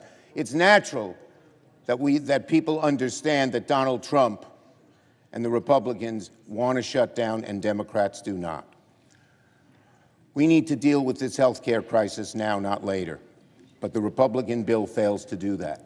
I urge my Republican colleagues instead to join with us, work in good faith to keep the government open, keep costs down. This is a totally partisan bill. Not once were we approached about what our input should be. When I was Majority Leader, 13 different times we passed CRs. Why? Because every single one of those 13 times we negotiated with Republicans to keep the government open. We still want to have those negotiations today. Democrats remain ready to get to work to negotiate a bipartisan agreement, a truly bipartisan agreement to keep the government open. But we need to fix our health care system now. We need to stop premiums from going up dramatically. We need to be on the side of the American people because they are on our side in terms of getting this health care crisis fixed, one created by the so-called big, beautiful bill, which they now want to change the name because they know it's so unpopular. In fact, Republican leaders are saying, don't talk about health care because they know that we are on their side and the Republicans are not. The issue can't wait. It must be dealt with now, not in November, when it'll be too late. The Republican CR is silent on health care and the wrong option for the country. It's as simple as that. Yield the floor. Majority Leader. Mr. President, we're down to the wire here. In just a moment, the Senate will vote on whether or not to keep the government open. Right here, 24 pages. Not partisan, not complicated, simple, straightforward, clean, nonpartisan, short term, till November the 21st so we can finish the appropriations process. Something I might add that never happened when the Democrats were in the majority. Last year, we never considered an appropriations bill on the floor, even though 11 of them were reported out of the Appropriations Committee. Not a single one on the floor. We want to fund the government to give our appropriators, Democrat and Republican, a chance to work on bills that have been coming out of the Appropriations Committee with big bipartisan margins. Pretty novel concept, right? Well, in just a moment, we're going to vote on whether to keep the government open. And all indications are the Democrats are going to reject the clean, nonpartisan funding extension here before us and choose to shut the government down. Now, Mr. President, my friend, the Democrat leader, and a number of other Democrats have spoken at length on many occasions about the pain that government shutdowns cause Americans. And since he mentioned it, I will show this poll. My handy. This is a poll right here, the New York Times. Oh, by the way, this morning the Democrat leader used one of my other charts. Thank you for doing that. It makes my point. I'm guessing he may be, you want to use this one? Maybe not. But this one is New York Times. And basically the question on views on whether Democrats should or should not shut down the government if their demands are not met. 65% should not, 27% should. Now, granted, I mean, I don't think the issue here is who gets the blame, who gets the political blame. That's not what this should be about. This issue, honestly, folks, is about the American people. A lot of Democrats, a lot of Republicans, a lot of independents want us to keep the government open. So why are the Democrats doing this? As was mentioned 13 times when they had the majority, we did short-term continuing resolutions. Republicans delivered, voted with Democrats to fund the government. Well, I know why we're doing this, Mr. President. The Democrats' far-left base said jump, and Democrat leaders said how high. But the far-left's determination to oppose anything President Trump has ever said or done is not a good reason for subjecting the American people to the pain of a government shutdown.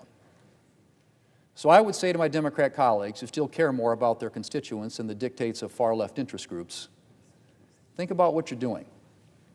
Democrat leaders may be determined to take government funding hostage for their own partisan purposes. You don't have to join them.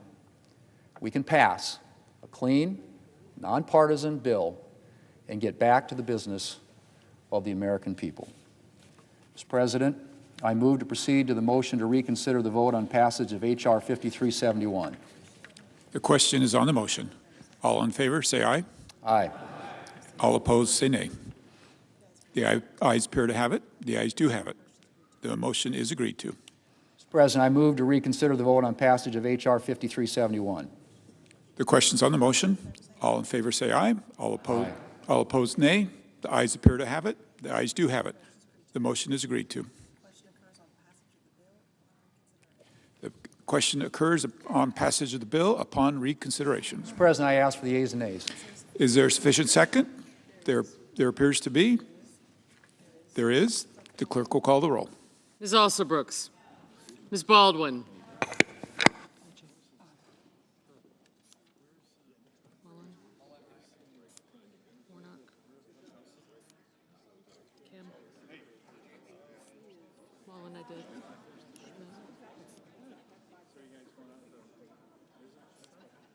Mr. Banks.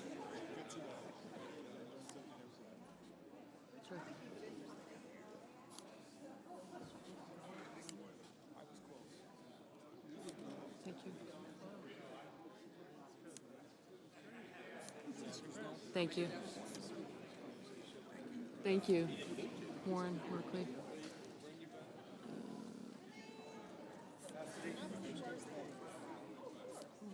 Smith?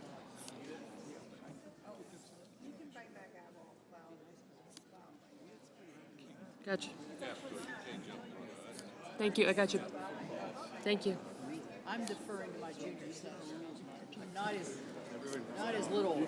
The cellmate over here. Thank you. I said you, but not the cellmate. I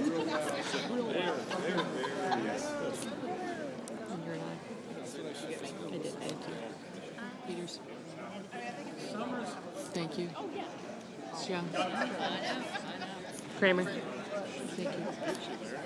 Thank you. Mr. Barrasso.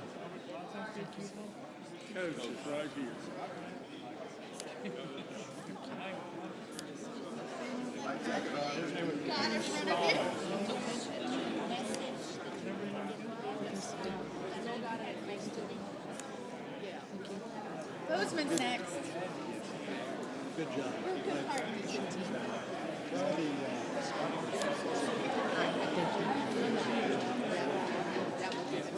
Mr. Bennett, Mrs. Blackburn, Mr. Blumenthal,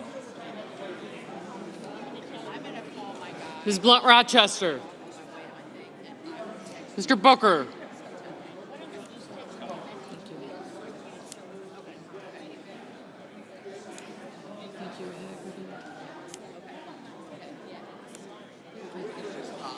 Sullivan, good job. Mr. Bozeman, Mrs. Britt. Thank you. Mr. Budd, Ms. Cantwell. Mrs. Capito, Mr. Cassidy, Ms. Collins, Mr. Coons. I got you, thank you.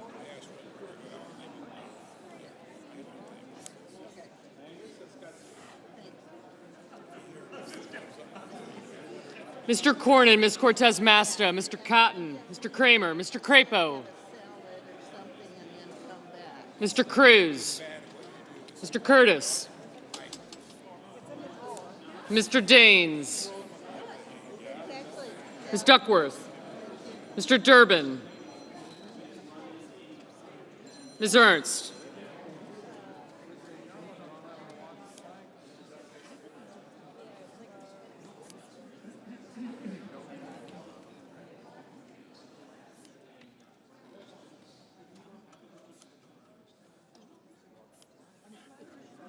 Mr. Fetterman. Thank you.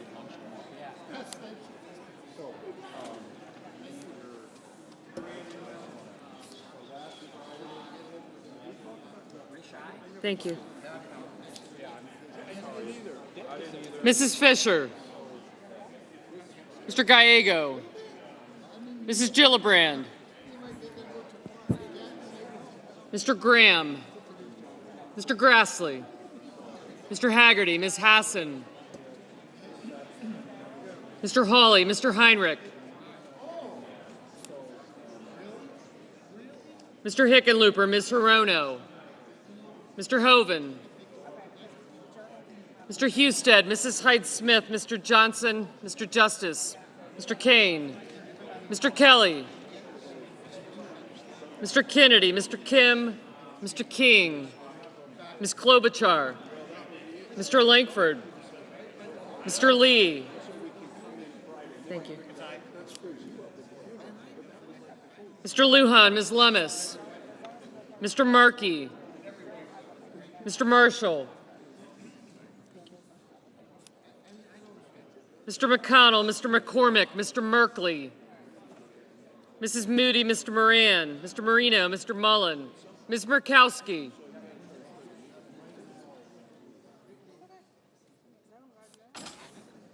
Mr. Murphy, Mrs. Murray, Mr. Ossoff, Mr. Padilla, Mr. Paul,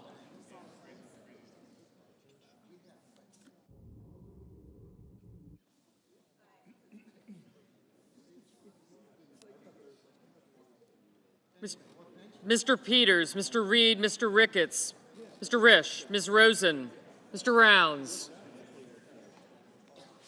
Mr. Sanders, Mr. Schatz, Mr. Schiff, Mr. Schmidt, Mr. Schumer, Mr. Scott of Florida, Mr. Scott of South Carolina, Mrs. Shaheen, Mr. Sheehy, Ms. Slotkin,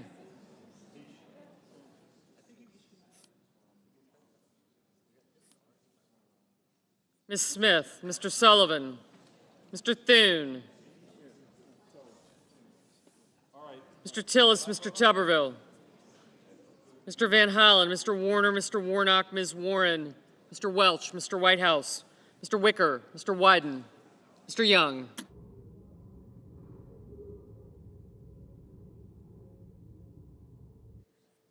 Senators voting in the affirmative: Barrasso, Blackburn, Bozeman, Britt, Budd, Capito, Cassidy, Collins, Cornyn, Cortez Masto, Cotton, Kramer, Crapo, Cruz, Curtis, Daines, Ernst, Fisher, Graham, Grassley, Haggerty, Hawley, Husted, Heidsmith, Johnson, Justice, Kennedy, King, Lummis, McConnell, McCormick, Moody, Moran, Marino, Mullen, Ricketts, Risch, Schmidt, Scott of Florida, Sheehy, Sullivan, Tillis, Tuberville, Wicker, and Young.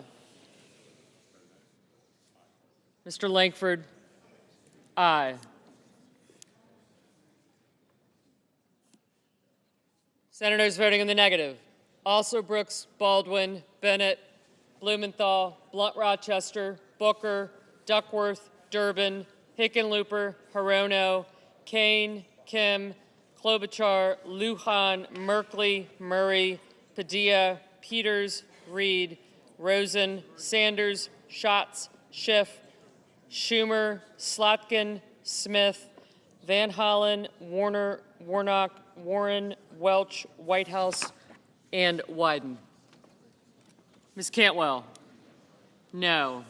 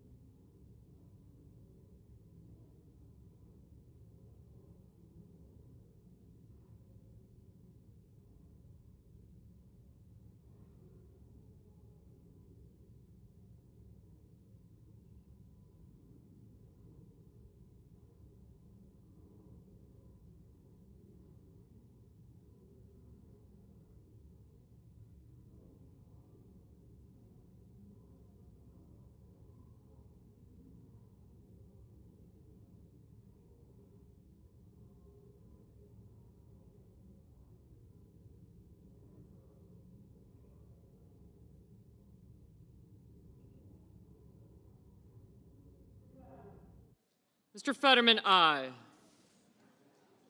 Mr. Kelly. Mr. Kelly, no. Ms. Murkowski, aye.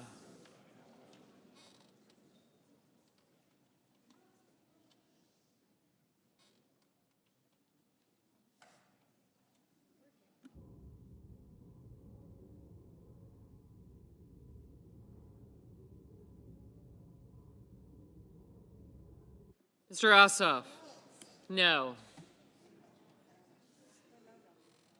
Mr. Banks, aye.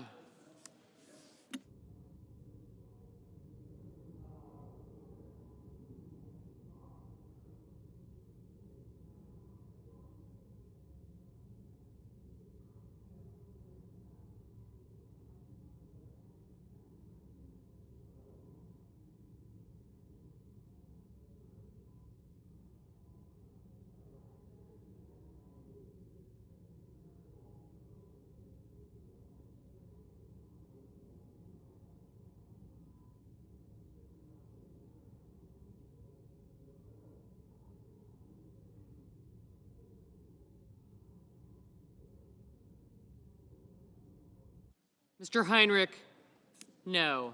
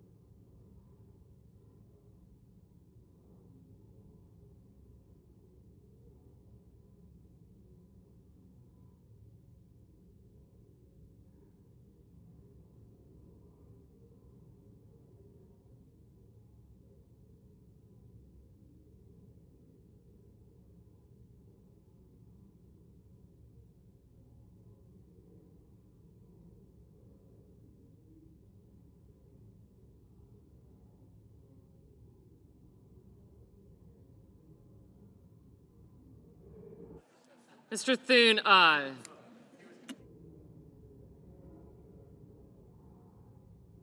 Mr. Hoven, aye.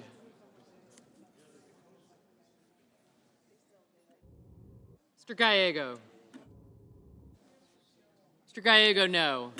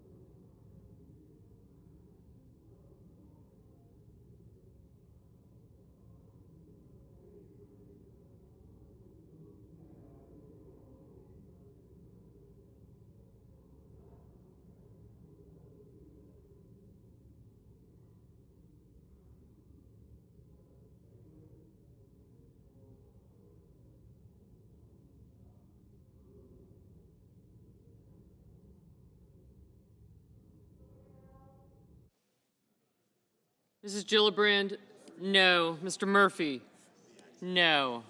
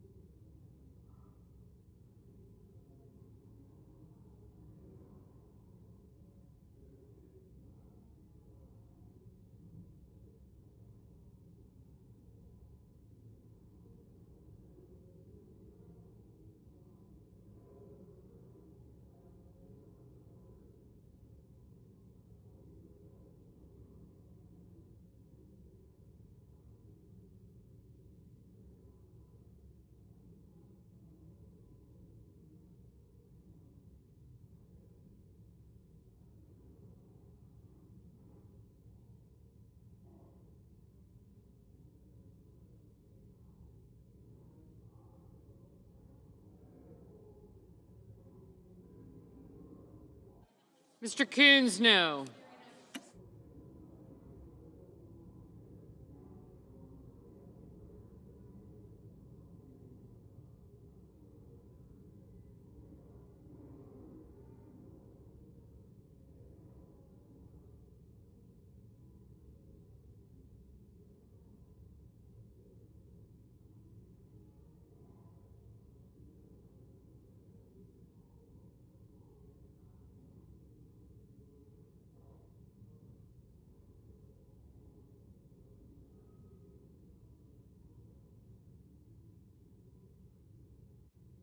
Ms. Hassan, no.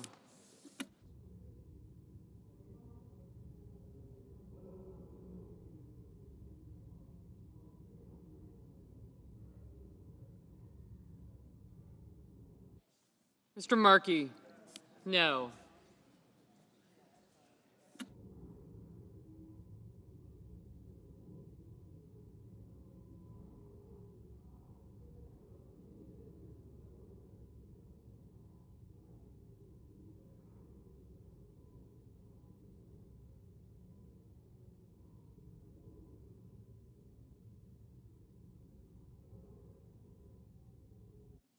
Mr. Lee, aye.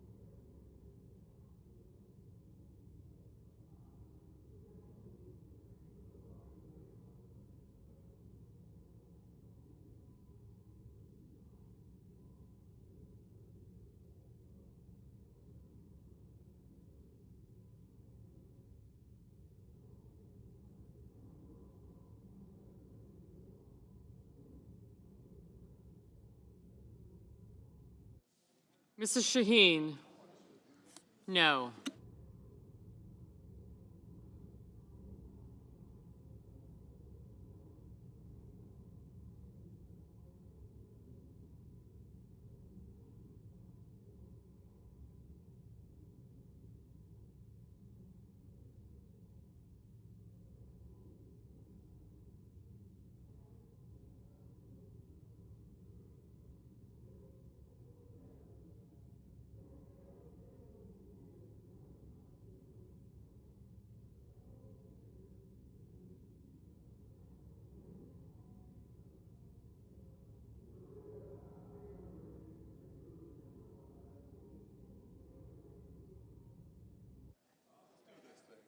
Mr. Marshall, aye. Mr. Scott of South Carolina, aye.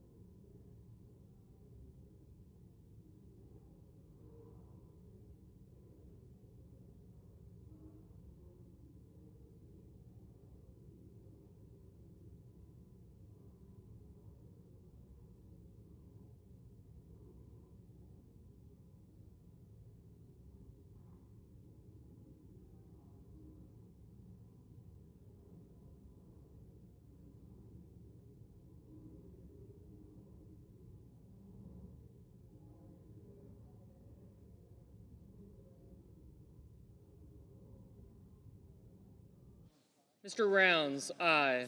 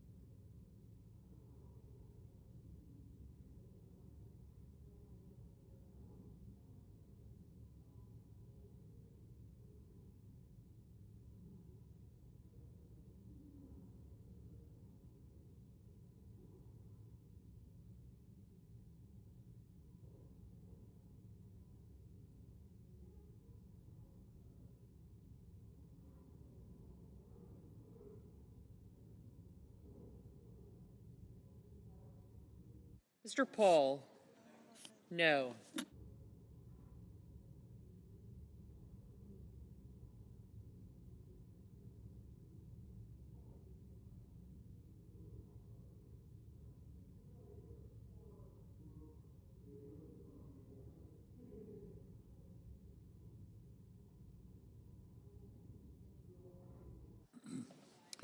On this vote, the yeas are 55 and the nays are 45. The 60-vote threshold having not been achieved, the bill upon reconsideration is not passed.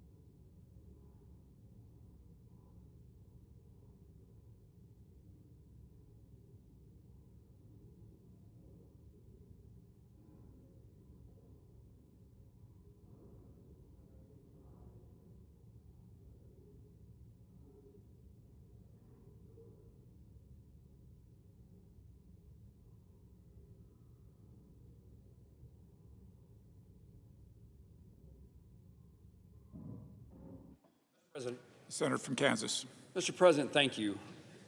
We just, for a second time, failed to pass a continuing resolution to allow the federal government to continue to operate. It's because we are coming to the end of the fiscal year.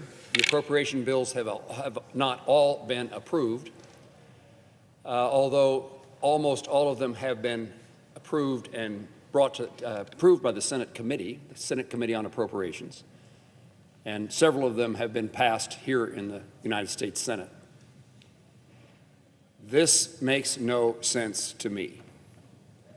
This is not a shutdown that makes any sense at all, and the American people, Kansans, deserve something different from the United States Senate.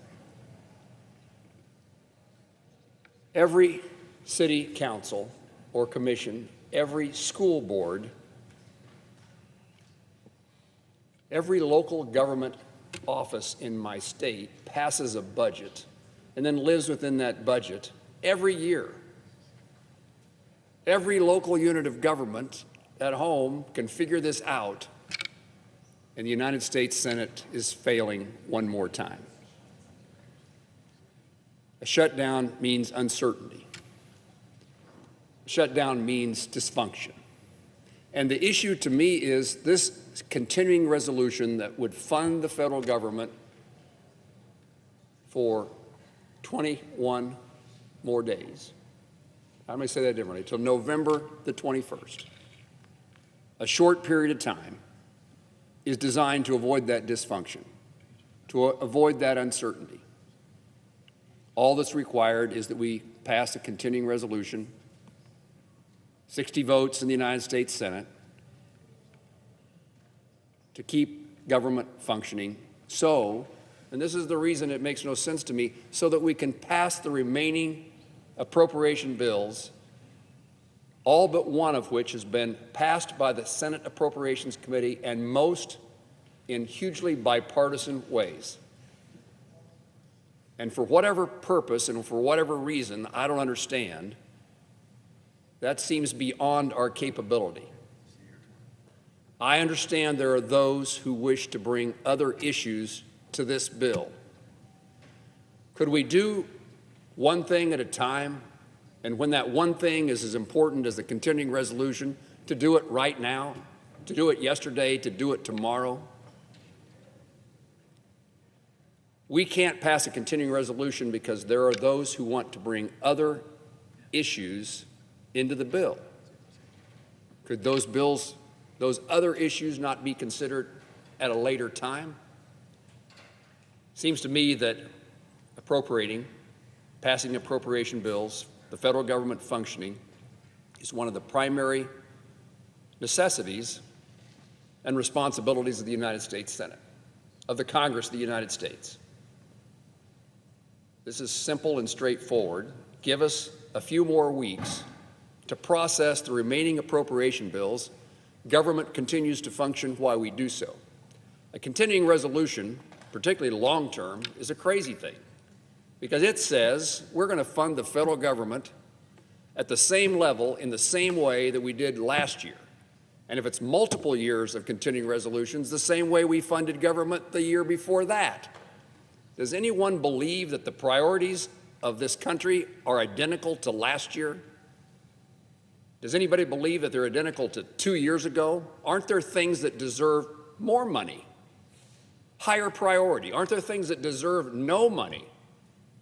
Aren't there things that deserve less money or maybe even the same? A long-term continuing resolution is a crazy idea, and the short-term resolution of a CR that we're dealing with right now is an unnecessary idea. It's unnecessary because we can pass the appropriation bills and avoid a long-term CR, and we just need the time to do it. So a short-term continuing resolution, do it, take up the appropriation bills, as this majority leader has promised to do, and this majority leader has demonstrated he's willing to do it. It's a pretty straightforward solution to me.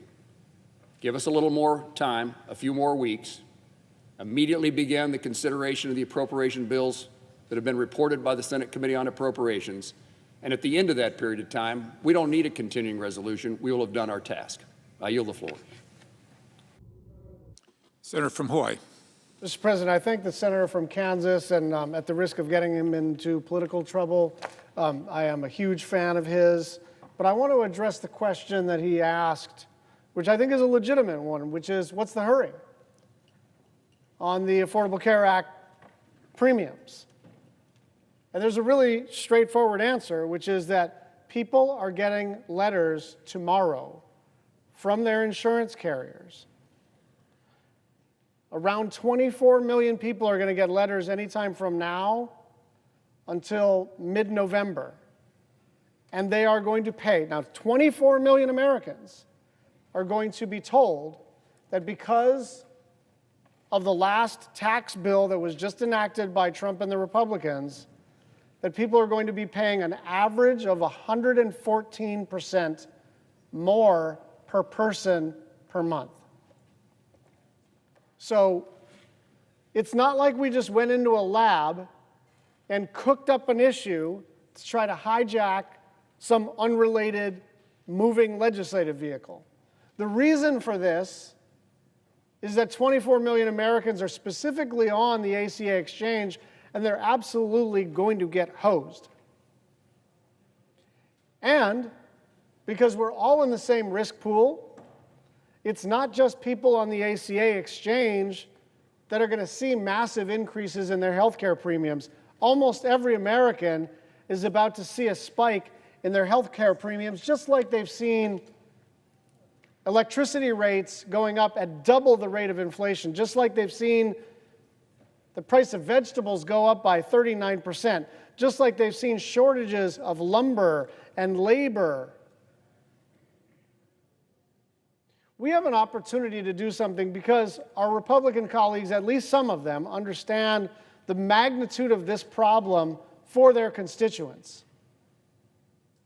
And so the normal thing to do in a functioning legislative body where the President of the United States does not believe that he is an elected monarch is to try to negotiate some accommodation. After all, these are all of our constituents. It's not like they're exclusively in urban areas or something.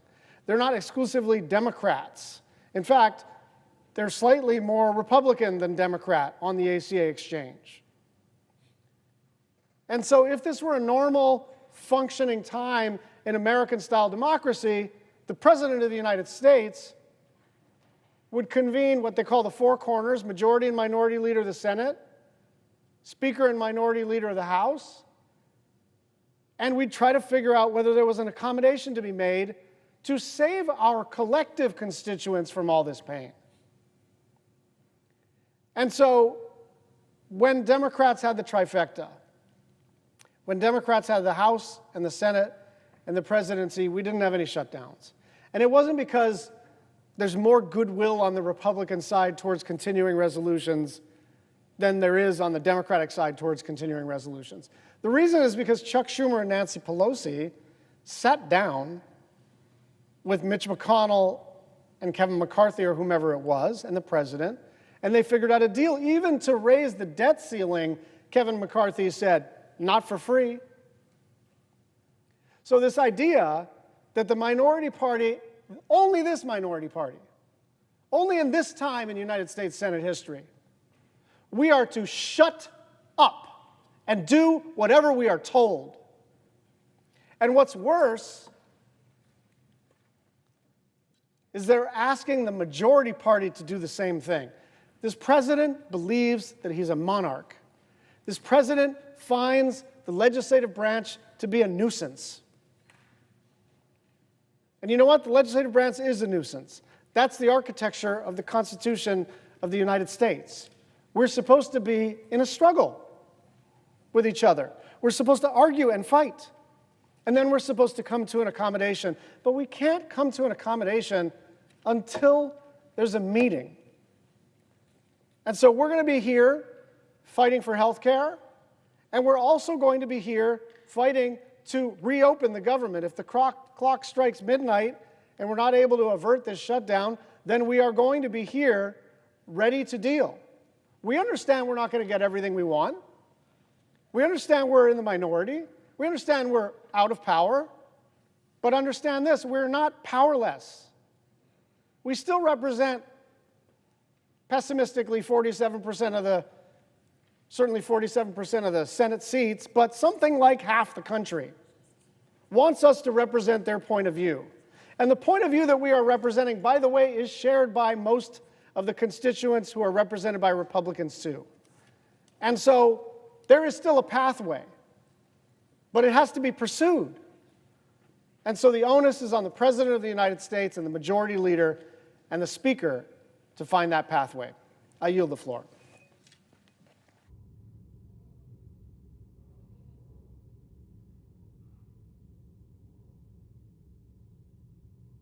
President. Senator from Nevada. Thank you, Mr. President. We're just a few hours away from the start of a government shutdown that could have been prevented by Washington Republicans just talking to us. But Donald Trump and Washington Republicans chose to once again put politics ahead of the American people. They won't come and talk to us. After slashing Medicaid and taking health care away from families who need it the most, Donald Trump and Washington Republicans are now shutting down the government, like I said, because they refuse to come to the table. They refuse to have a conversation. They refuse to work in a bipartisan way to stop a massive spike in health care costs for hard-working families, for all of you. And that's it. That's it. This is why Trump's about to shut down the entire federal government. You know, my dad often said, if you don't have your health, you don't have anything. And it's clear that Donald Trump and Washington Republicans want you to have nothing. Nothing. Because they're doing everything they can to take away health care from as many Americans as possible.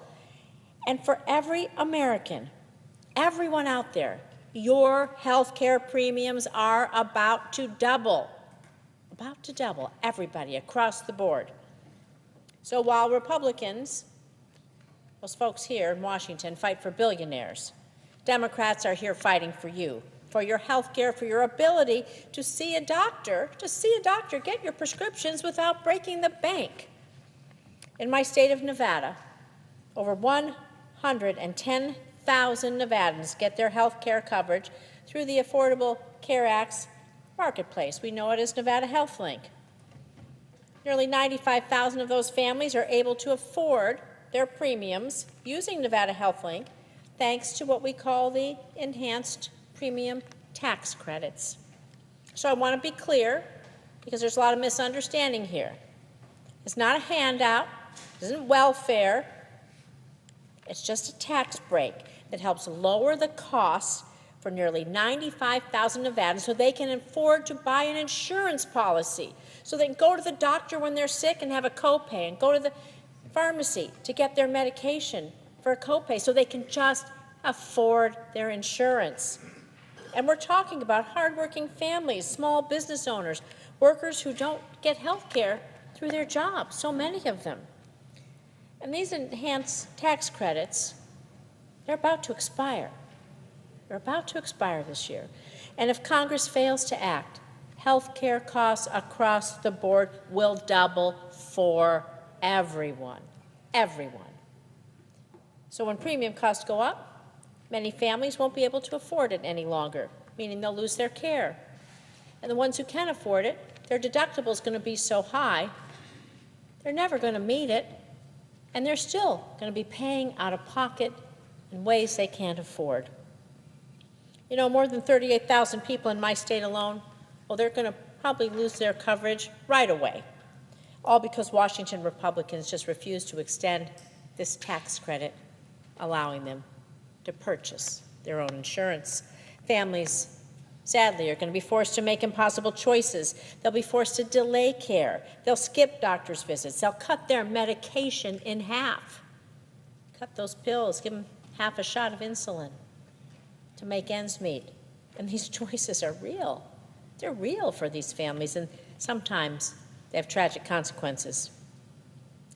And since the beginning of this year, Democrats have been trying to work in good faith with Washington Republicans to extend these ACA enhanced premium tax credits and protect Americans' health care coverage. We've even introduced bills to extend the tax credits. We've tried to pass them right here on the floor. And at every turn, Washington Republicans have refused. They refuse to hear your voice, refuse to listen to you. My phone is ringing off the hook about people scared to death about losing their health insurance. And earlier today, when given an opportunity to keep the government open and extend the credits, every Republican voted no. Instead of working with Democrats to keep health care affordable, Washington Republicans are holding the government and the American people's health hostage to score political points. So I'm going to be clear here. We will not be bullied by Donald Trump, and we will not be bullied by Washington Republicans into sacrificing your health care, the health care of American families, of our children, of our seniors, of our friends and neighbors. Not now, not ever. Trump can't bully us into taking away your health care. Nevadans sent me here to fight for them, not to cave and let Washington Republicans and Donald Trump take away your ability to go to the doctor and get your medication. Everyone should have access to affordable, quality care. Health care is not a bargaining chip. It's not a political weapon. It's a lifeline. And Washington Republicans have the power. They have the power to prevent this shutdown today. Just come and talk with us. So I urge them to do their jobs. Come to the table, have a discussion, have a negotiation, extend the ACA premium tax credits, put people over politics. The time is now. Thank you. I yield the floor.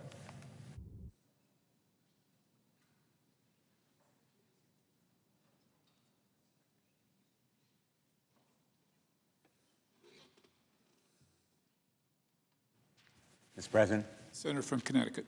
Thank you, Mr. President. My thoughts tonight are with the millions of Americans who will bear the brunt of this shutdown. The families in the path of hurricanes who will go without the services of FEMA, the veterans who will lack many of the helping hands in the VA, the recipients of Social Security who will be unable to verify their cards or perhaps receive payments that they've been denied, and others, millions of others Americans who unnecessarily will be hurt, perhaps people who depend on the social safety net that we have established and may be torn by this shutdown. And I'm thinking about the millions of Americans, about 24 million in total, 139,000 in Connecticut alone, who will be notified that they can buy health insurance as a result of open enrollment. But what they lack in information is whether or not that health insurance will be affordable, because they have no way of knowing whether it will extend beyond the end of the year, those subsidies that are so essential to their affording health care. And our Republican colleagues, we just heard the senator from Kansas say there's no hurry. Well, Americans can't get sick on Donald Trump's timetable. When people are told there's no hurry if you get sick for medical care, that sounds cruel because it is cruel and it's stupid. People who go without health insurance may lack the health care that can save costs of preventing more serious illness. And those costs eventually are borne by all of us. So this misguided denial of the certainty people need that health care insurance subsidies will be extended beyond the end of the year really affects all of us. Premiums are rising already for all of us by 18% this year alone, because the healthiest people are deciding they're not going to buy health insurance, and insurance companies are predicting they'll have to increase their costs to cover the sicker people who will buy the health insurance because they need it. But the simple fact is, nobody is invincible. All of us need health care. And the Affordable Care Act recognizes that health care in America aspirationally should be a human right. And our failure to provide it to those millions of Americans who will find health care insurance unaffordable is unacceptable. And that's why we are taking this stand, and why America can't wait for Donald Trump to tell them that they are sick enough now to be given this subsidy, which they deserve. I'm here to urge my Republican colleagues to stop rolling over for Donald Trump. Their constituents, as well as ours, are affected by this delay in providing affordable health insurance.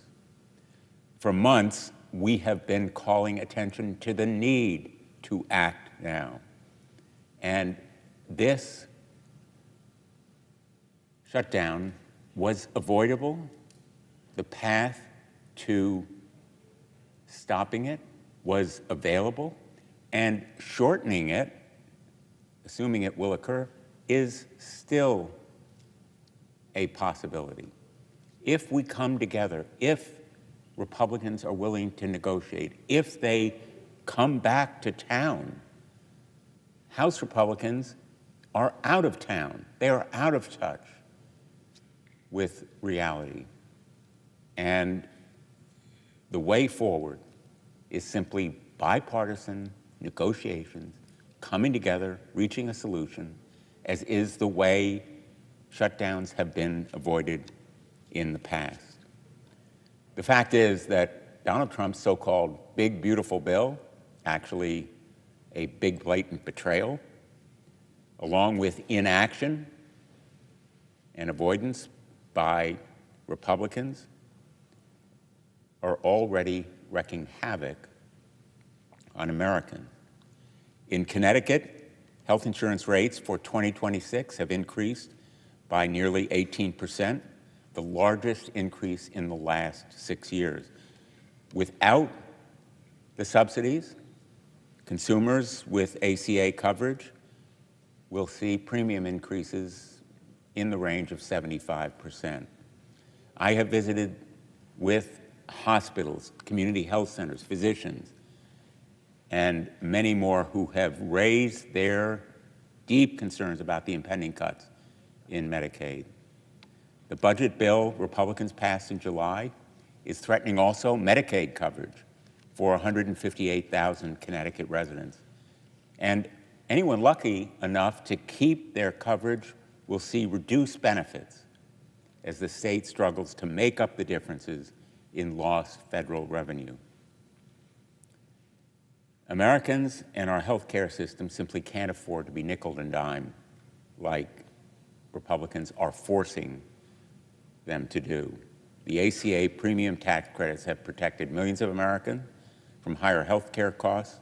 They've reduced the number without health care insurance. They've provided robust choices for consumers and provided stability for health care providers, particularly in rural areas, and there are rural areas affected in Connecticut. And in addition to the impending cuts in Medicaid, Republicans are refusing to extend these subsidies. It is cruel, it is unnecessary, it is dumb. So I'm here to advocate for the 139,000 Connecticut residents who depend on these credits and the 24 million Americans who are making decisions about health care insurance coverage right now at their kitchen tables, in their living rooms, in their homes. It should not be a partisan issue. At the end of the day, it's a choice. Do we choose a highly successful solution that has reduced health care costs for the whole nation, or do we allow the clock to run out and raise health care costs for families in every state in this country? That choice can still be made in the next 24 hours, in the next 2 days, to shorten and lessen the pain that will be felt by Americans. I choose to stand with working families. I will fight, and we are unified in our fight as a matter of conscience and conviction. We will not be bullied. Donald Trump should know that we will stand strong for working families in America. They deserve health care. It is about saving health care and holding Donald Trump accountable to follow the law. When there is a budget, when it's passed by Congress and signed by the President, he cannot be allowed to simply ride roughshod over it and disregard it. It is the rule of law and health care that's at stake here, and I will fight for them. Thank you, Mr. President. I yield. The senator from Rhode Island. Well, we are headed into a miserable situation.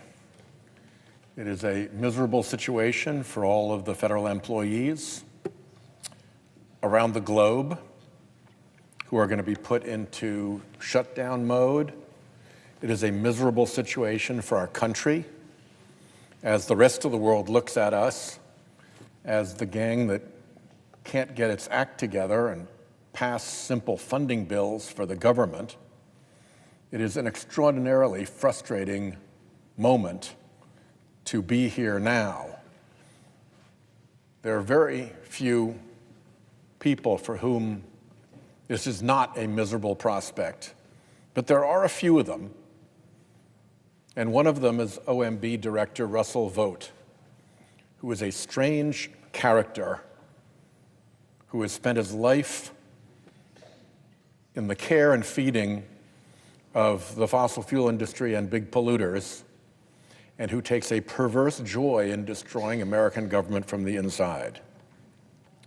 Mr. President, I see that the Majority Leader has come to the floor, asked unanimous consent that when he is concluded and I pick my remarks back up, my remarks be linked back together as if they had been made without interruption. Without objection. With that, I yield the floor to the Leader. Thank you, Mr. President. Thank the Senator from Rhode Island for yielding. I'll be very quick here. Mr. President, I ask unanimous consent that the Senate be in a period of morning business with senators permitted to speak therein for up to 10 minutes each. Without objection. I ask unanimous consent that the Senate now proceed to the in-block consideration of the following resolutions which are at the desk: SRS 427, SRS 428, SRS 429. Is there an objection to proceeding en bloc? Without objection, the Senate will proceed en bloc. Mr. President, I ask unanimous consent that the resolutions be agreed to, the preambles be agreed to, and the motions to reconsider be considered made, laid upon the table, all en bloc. Without objection. Mr. President, I ask unanimous consent that the Committee on Judiciary be discharged from further consideration. The Senate now proceed to SRS 396. The clerk will report. Senate Resolution 396, condemning the tragic act of violence on September 10, 2025 in Evergreen, Colorado, and so forth. Is there objection to proceeding to the measure? Without objection, the committee is discharged and the Senate will proceed. Mr. President, I ask unanimous consent that the resolution be agreed to, the preamble be agreed to, and the motions to reconsider be considered made and laid upon the table. Without objection. I ask unanimous consent that when the Senate completes its business today, it stand adjourned until 10 a.m. on Wednesday, October the 1st, that following the prayer and pledge, the journal proceedings be approved today at the morning hour be deemed expired, and the time for the two leaders be reserved for the use later in the day. Morning business be closed, and Senate resume consideration of calendar number 115, S2296. Without objection, so ordered. Mr. President, for the information of my colleagues, senators should expect 3 votes at 11 a.m. and further votes later in the day. If there's no further business to come before the Senate, I ask that it stand adjourned under the previous order following the remarks of my colleagues. Without objection. The senator from Rhode Island. So there will be misery ahead for most normal people, not counting the weird ones who like inflicting pain and doing damage for the benefit of a bunch of creepy right-wing billionaires who've propped them up their whole lives. And the reason we're here is really twofold. One, as they've shown during the Trump regime, Republicans really don't want to govern. They want to rule. They don't want to talk to Democrats, even where they need our votes. Here they need our votes. And yet, what have we been offered to get those votes? Nothing. Not even discussions. The president only met with the Democratic leaders just yesterday. And he didn't seem to be aware of what was at stake here for the Americans who are about to lose a huge health care benefit. They just go wildly forward. We've seen it over and over again here on the Senate floor. How many times in just the few months that we've been here in this administration have Republicans done the thing that they were furious when we even talked about doing, to overrule the parliamentarian and change the rules to make things easier for themselves rather than negotiate with us? My count is 4 already. 4! And we're only 9 months in. They don't want to govern. They don't want to talk to us. They want to rule. They want to dictate to us. And at the same time, the other reason we're here is that there's this strange Republican fixation with taking health care away from people. I do not understand it.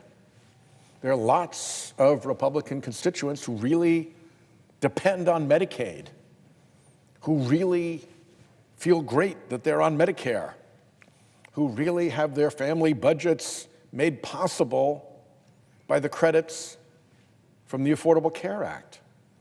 It's not like Democrats get the benefit of this. Everybody gets the benefit of this. And yet, what have we been put through just in these months? $1 trillion in cuts to Medicaid. $1 trillion. in cuts to Medicaid. Already, hospitals and nursing homes and doctors' practices are reeling at what those cuts mean for their financial viability. Medicare, $500 billion in cuts, hidden in the bill in a tricky way so that the cuts come through sequestration and nobody has to own them. They can do a Pontius Pilate hand wash of the cuts. Well, no, we saw what you did. You own it. It's a $500 billion cut to Medicare. And why you would want to do that, I cannot imagine, but that's what you did. And now we have these cuts to people receiving help, paying for their health care under the Affordable Care Act. It's going to be about 40,000 Rhode Islanders. These aren't people who have loads of money. Their premiums are going to, on average, double or better. I mentioned a retired mental health counselor yesterday. She's going to have $477 in added expense every single month because of this. And it all starts now. It all starts happening now. So when we're told, why are we forcing the issue now? It's because now is when the issue is upon us. When we're told, why don't we negotiate later? My question is, why aren't we negotiating now? Why would we believe when we're told that you'll negotiate later on this when you won't negotiate now on this? Now when you need our votes, you won't negotiate on something that you say you'll negotiate later? Why does that make any sense? Why is that even remotely credible? The harm starts now. The negotiations should start now. And frankly, what Democrats are asking for is something you ought to be doing anyway, just to help your own constituents. This shouldn't be hard at all. We should not be here having this conversation. This should have been resolved already, except that the Republican majority wants to rule, not govern, and they have this strange fixation with taking away health care, even from their own constituents. Over and over again, we've seen it. We've seen it with the repeated overrulings of the parliamentarian. We've seen it with the Beautiful for Billionaires bill that got rammed through with a simple majority. We've seen it with the change in the rules to allow 100 nominees to go through at a time under advice and consent. We have seen it with clean air standards that help everyone being repealed over and over and over again. The Republicans take the path that allows them to rule, not to govern, that allows them to ignore the minority party even when they need our votes, even when what we're asking for is in their constituents' interests, even when what we're asking for is something that their constituents want. Even then, we're up against this blockade.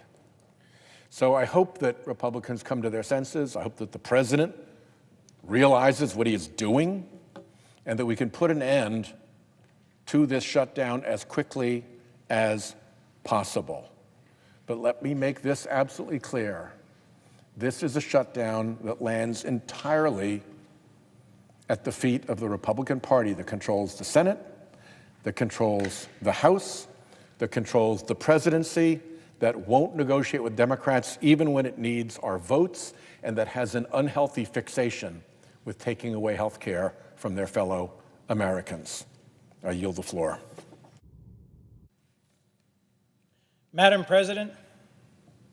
The senator from Delaware is recognized. Madam President, I'm asking why we're here.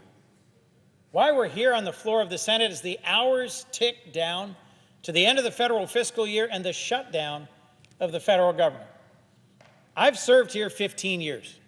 I've seen my share of shutdowns, and I know how much they hurt. How much they hurt the men and women of our military, federal law enforcement, folks who serve and protect our country at home and abroad. And they should not have to wonder when or if they'll get paid. A shutdown isn't good for our reputation abroad and our cohesion at home. I have always worked to find some path, some deal, some way to keep the government open. And I've talked to a dozen colleagues in recent days about this fight and about tonight. This is about health care. This is about my party saying enough is enough. We know that if you have health care, everything else can work itself out. And if you don't have your health, almost nothing else matters.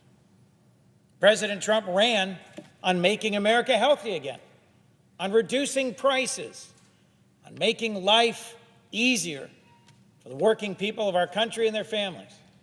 And instead, what we've seen is decision after decision, action after action by President Trump and the Republicans in Congress that raises prices on health care, on insurance, on drugs, on medications, whether it's the tariffs being imposed on prescription medications or the decision to end subsidies that keep health insurance affordable, or it's laying off thousands of researchers working to help cure pediatric cancer or address ALS, or do research into HIV/AIDS, decision after decision that moves us in the wrong direction, that makes us sicker, poorer, and more divided. I'm usually one of the first to walk across the aisle and say, let's find a solution, let's find a way out of this, and I've been doing that in recent days, talking with colleagues.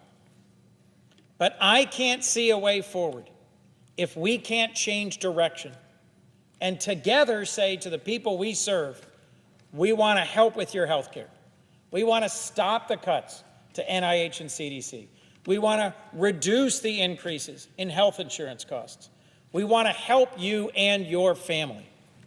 In my home state of Delaware, emergency room wait times are too long. And as millions of Americans get thrown off of health insurance, they're going to go to the emergency room.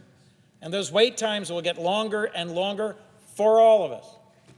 Next month, we're going to find out how much health insurance premiums go up. For some Americans, they're going to double, but for all of us, they will go up. Healthcare is getting costlier, and Americans are getting sicker. So why am I standing on this floor tonight saying I'm not voting to keep this government open? Because enough is enough. There are ways we can and should work together to change direction, to put on the floor the bipartisan health appropriations bill that'll restore tens of billions of dollars to the NIH and CDC, that'll stop Trump's cuts to American health care and insurance and research. There's a path towards reforming and extending the Affordable Care Act that both parties should agree on. But folks, if you're listening, your member of Congress needs to hear from you, needs to know that you want us to work together to reverse course and end Trump's tragic cuts to health care. If my colleagues don't get those calls, they won't change direction. And if they don't change direction, we won't reopen this government. Make no mistake, we have Republicans in control of the House and Senate and the White House. If they want to find a way forward that reduces the harm to Americans and our health care, we can. And I'll be one of the first to extend my hand to find that path. But if we don't change direction, we shouldn't reopen this government, because Americans have taken too many hits already, too much additional cost, too much cuts to health care research, too much increase to health insurance costs. This is a fight about America's health care, and we're fighting for you. Thank you. With that, I yield the floor. The chair recognizes the gentlelady from Minnesota. Madam President, I have 7 requests for committees to meet during today's session of the Senate. They have the approval of the majority and minority leaders. Duly noted. Thank you. Madam President, as my colleague from Delaware just noted, we are here today because Republicans have created a healthcare crisis for millions of Americans. And like the senator from Delaware, I am someone that works across the aisle all the time. I have one of the best records for bipartisan bills, and I think that's an important part of our governing, and that is to find common ground. You don't always pick your neighbors, but you find a way to live next to your neighbors. You find a way to work with them. And what is so unfortunate about what's going on tonight is that didn't happen here. There was no crossing over the fence with some coffee for the neighbors to try to have a meeting, to try to work this out. In fact, it was Senator Schumer and Leader Jeffries that had a request time and time again that got canceled on a meeting with the president. There is still time to continue to negotiate, but not if they're just going to say, hey, this healthcare thing, it's not a problem. Well, maybe we can deal with it in December. First of all, who would believe that when Donald Trump just decides one thing one day or posts something on Truth Social and then everyone changes what they agreed to, which has happened time and time again. So that's one reason it's not reality, unless he's at the table. Number 2, it's not reality because this is not a December problem. This is not a January problem. This is a now problem. November 1st, that's when people start re-enrolling. Whole bunch of small businesses, 20 million people, more than a quarter of the farmers in this country who are already facing, as one of my farmers said to me last week, a perfect storm of ugly. That's about the tariffs, that's about their input costs with fertilizer, and that's about their personal health care costs. A perfect storm of ugly. When you're in a big storm in Minnesota, you don't just go outside and hold an umbrella and think maybe it'll go away. You do something about it then. You take cover then. You help people take cover then. That's not what they're doing with this vote tonight. We have a bill that would help millions of Americans sleep easier. We're still dealing with the tariffs. We're still going to push on that, which has led to all of these grocery cost increases. We see what's happening with the electricity cost increase. Costs are up, chaos is up, and corruption is up. But there is one thing we can do, and that's one of the biggest cost drivers when we look at inflation, and that is health care. So let's start with how we got here. We know that over 110 million Americans depend on Medicare and Medicaid. 110 million. These programs cover everything from hospital visits to life-saving prescriptions to the long-term care that allows seniors to remain in their homes. And these programs, along with Social Security and SNAP, which is the nutrition program, have driven poverty among seniors for years to record lows. Best poverty-fighting program there is, Medicare, Medicaid. But the budget that congressional Republicans passed earlier this summer without our votes, again, didn't listen to us, makes the biggest cut in history to Medicare and Medicaid. That's right, the biggest cut in history, while all these other costs are going up. Their budget cut Medicaid by over $1 trillion and will trigger more than $500 billion in Medicare cuts. How does that happen? Because they didn't put, well, the debt is so high from that bill because of the $1 trillion in tax cuts to the wealthiest Americans and the $1 trillion in tax cuts and giveaways for corporations, that it actually automatically triggered $500 billion in Medicare cuts on hospitals. So when we go, as we did, our members on the Democratic side last week, and met with people in hospitals and patients and doctors and nurses, we heard about that. We heard about the 15 million Americans that are going to get shoved off their health care.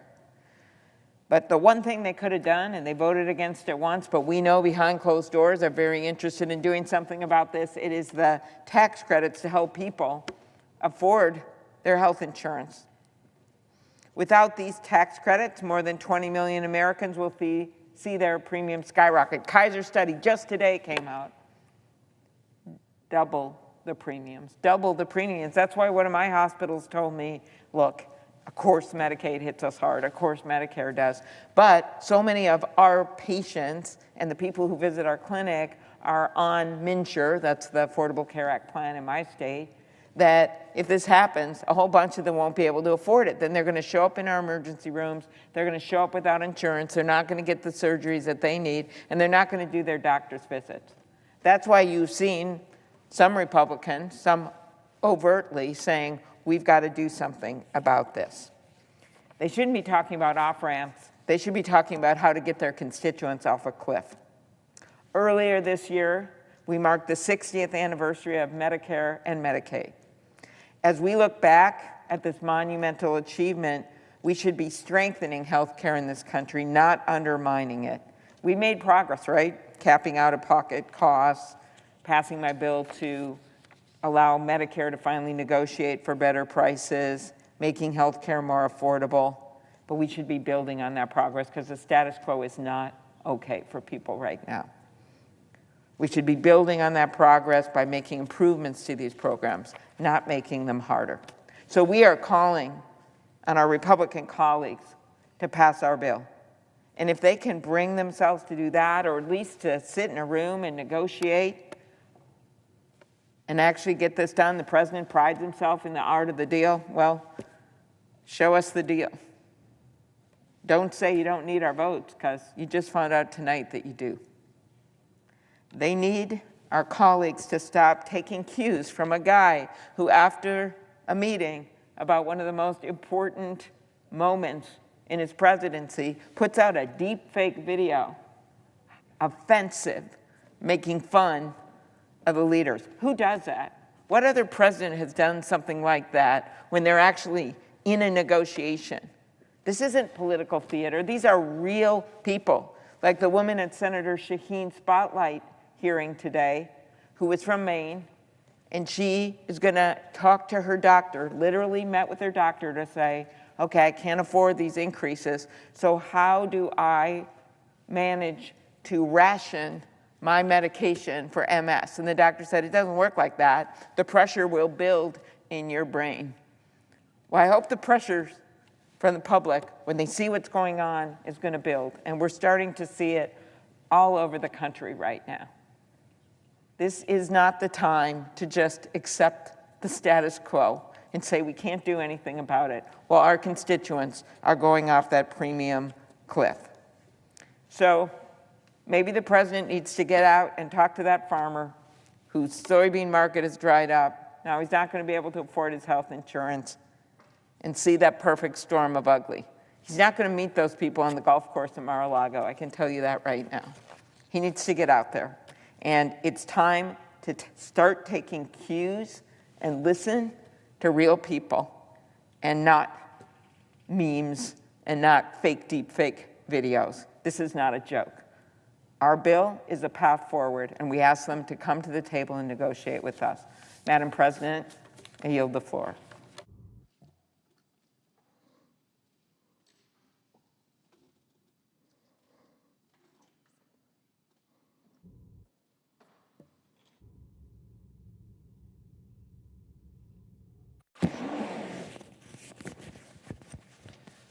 Madam President.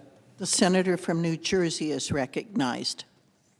Madam President, I rise today because I literally just about 2 minutes ago finished a telephone town hall with over 5,000 people back home in New Jersey that joined up to try to figure out what in the world is happening to our government right now when they see just this abdication of leadership from the White House to leadership here in Congress to step up right now at a time of need. Thousands of people from across New Jersey that had called in worried about how this shutdown is going to affect their lives, how the healthcare costs that they are going to be experiencing are going to reshape their ability to be able to deliver care for those that need care the most. The simple story is they're scared. The people I talked to, they were nervous about what comes next.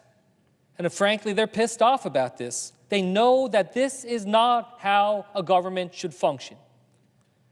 They know that, yes, we need to be able to step up and have negotiations, but how can you have negotiations when one chamber of this Congress isn't even showing up to work this week? That's right. When I told them about how Speaker Johnson didn't even bring the House of Representatives to work this week, even though they were supposed to, they were furious. If we're going to ask public servants to show up to work tomorrow, if we're going to ask our military to show up to work tomorrow without getting paid, the least that our Republicans in the House of Representatives can do is show up to work here. We should be furious about this. It's an abdication of leadership. It is a dereliction of duty. It is one of the most shameful things that I've seen in terms of just giving up on something that is so important, is going to have so much impact on so many people across this country. What I heard is they want us to be the adults in the room, to sit together, to be able to have the kind of dialogue. But instead, what we see is just this posturing and back and forth from Donald Trump, from leadership on the Republican side that hold the gavels here. And yes, the Republicans control the White House, they control the Senate, they control the House of Representatives, and the American people know that, and they know who is at fault for where we stand right now, that we are all about 3 hours away from a government shutdown. And this is something that I take personally. As someone who worked as a career civil servant before, I told my constituents today how I worked as a civil servant. I worked through multiple shutdowns before. Of course, I don't want to see us get to this place, and this should be an absolute last resort. But again, when they're not even bothering to show up to work, we know where their priorities land, that they have been moving towards this and barreling our country towards this for a long time now. So my constituents have every bit a right to be feeling pissed off about this. Because after we were already going through this in March, they see government once again not working for them. And they're right. Where have the attempts been over the past few months to work together to avoid this scenario? And again, it's not just about process. I don't want people to think that this is just some tug of war, that this is just some battle for political power, that this is just some challenge between political parties for who has the momentum on their side. There's real struggle. And I heard that on this town hall. We had people like Letitia from Camden who said that with the prices so high, quote, every choice feels like a sacrifice and the stress is constant. It's affecting how they're able to hold up and how they feel when they wake up every morning, what keeps them up at night. Still, she remains determined to advocate for families like hers who deserve stability, dignity, and hope. Or an urgent call from Barbara, who begged us not to back down from this fight. Laura from Brink, who called and urged Democrats not to back down from this fight, and being able to say how concerned she was for just regular citizens to be able to make things easier for everyone impacted. She was asking, how can she help? She's asking, how can she help those that are struggling from the shutdown? She frankly wants to do more than what Speaker Johnson is doing on the other side of this building. Or people like Mick from Toms River, who although was trying to be an informed citizen and learn what was going on, was having trouble figuring out fact from fiction regarding this budget because it's just the sheer amount of disinformation and lies that we see out there in political rhetoric. Lies that are blatantly trying to smear and make it difficult for the American people to understand what's at stake. So yes, when we hear the Speaker of the House talking about how this funding, that this is Democrats that are trying to cut resources from FEMA or make it harder for people to get care through the WIC program for women, infants, and children. Well, look, it's just deception. Because what we already know is that reconciliation bill that was passed, this is something that is estimated to potentially affect 3 million people, preventing them from getting care through the WIC program already. 3 million out of 8 million that get care now. So who is it that's actually hurting people's ability to get those services? And FEMA? Are you kidding me? I literally heard it out of the mouth of the president and the Homeland Security Secretary that they want to abolish FEMA. And here we are hearing it from the speaker, making it seem like the blame is over here. These are things these are issues that people understand, like Jody from Manchester, who is concerned that with all the rising prices, that she'll have to choose between being able to afford food or medicine, because costs are simply too high for her to be able to afford both. No one in this country, the richest, most powerful country in the world, should ever have to make that kind of trade-off. Yet we see right now, we're on the cusp of it, not just 3 hours away from a shutdown, but over the course of tomorrow and the coming days, Americans all over this country will be getting their new bills when it comes to health care. And we see that tens of millions of them will have to pay more, possibly double what they're already paying. Over 4.5 million Americans to lose their care, including many in New Jersey. That is a catastrophe that we see coming. We knew it was coming, and we were trying to take action to be able to address that. And what happened? Kicking the can down the road. When does open enrollment start when it comes to healthcare? It starts in November. So what good is it if we punt towards Thanksgiving, which is what this body tried to do? They need solutions now. They need answers now. And they're not getting it, and they're certainly not seeing anything that resembles leadership in this country right now. So yes, when I'm hearing from Lorena from Forked River, who says that, literally could lose her current health insurance if the ACA premiums go away, that's what we're fighting for. That's what I hope people see over the coming period as this continues on. Because I know it's so easy to make it feel like, again, it's just completely detached. And often it really seems that way. It feels like people here in the Senate, here in Congress, at the White House, that we're playing with other people's chips, that we don't feel it ourselves. I have to say, I found it disgusting when I learned in 2019 and I came into Congress that the president and members of Congress get paid during the shutdown, that they continue to get their salary while service members in our military and other public servants do not, even though they are showing up to do their work. We should not be held to a different standard. We should not be in a place where it seems like we're above the rest. Because that's exactly what the rest of the American people believe. They believe that we think that we're above the law, that we don't have to obey it, that we don't have to follow the rules that other people do, and that's why they are losing trust in this government. And I can tell you, come midnight today, they have every bit reason to believe that, because we have failed to ability to be able to deliver for so many people. We had Lucinda from Whiting write in telling us, begging us to hold the line when it comes to fighting for health care. Because in her words, quote, I definitely cannot afford my ACA insurance without the advanced premium tax credits. If costs go up and health care gets more expensive, I will have to go without insurance and not go to the doctor. These are just a fraction of the thousands of calls and emails and outreach that we've received. We asked people to share their stories. We got over 3,500 stories back just this week about people's concerns about what's happening with this shutdown and losing health care. We need to recognize that a president who can't even be bothered to learn about the hurt that is being put forward by his own party when it comes to our health care, that our bill is not one that is looking out for them. We need leaders who understand what is going on. We need leaders who care about the people they are supposed to be leading. We need leaders who will actually be the adults in the room. And yes, so I rise today to make that promise to New Jersey and to the American people that I will keep fighting for you and fight with you as we go through this. And we're going through uncertain times. We're entering unprecedented times. And I know that it's a lot for everyone. But again, we remember why we fight here. That while I'm giving this speech, I'm worried about the care that my father's getting, and my father's health is declining rapidly. Every single one of us knows what it's like to have a loved one struggling when it comes to their care. And I know everyone knows that experience of saying that we would try to move heaven and earth to be able to make sure that they get the care that they need in their time of greatest need?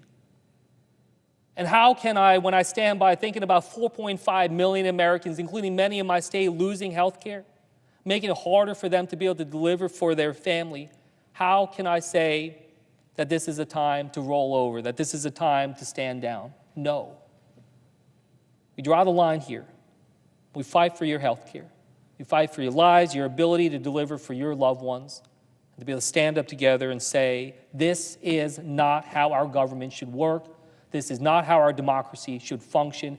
We deserve better. The American people deserve better, and that's what we're going to fight for. We're going to fight for better. With that, I yield back the floor.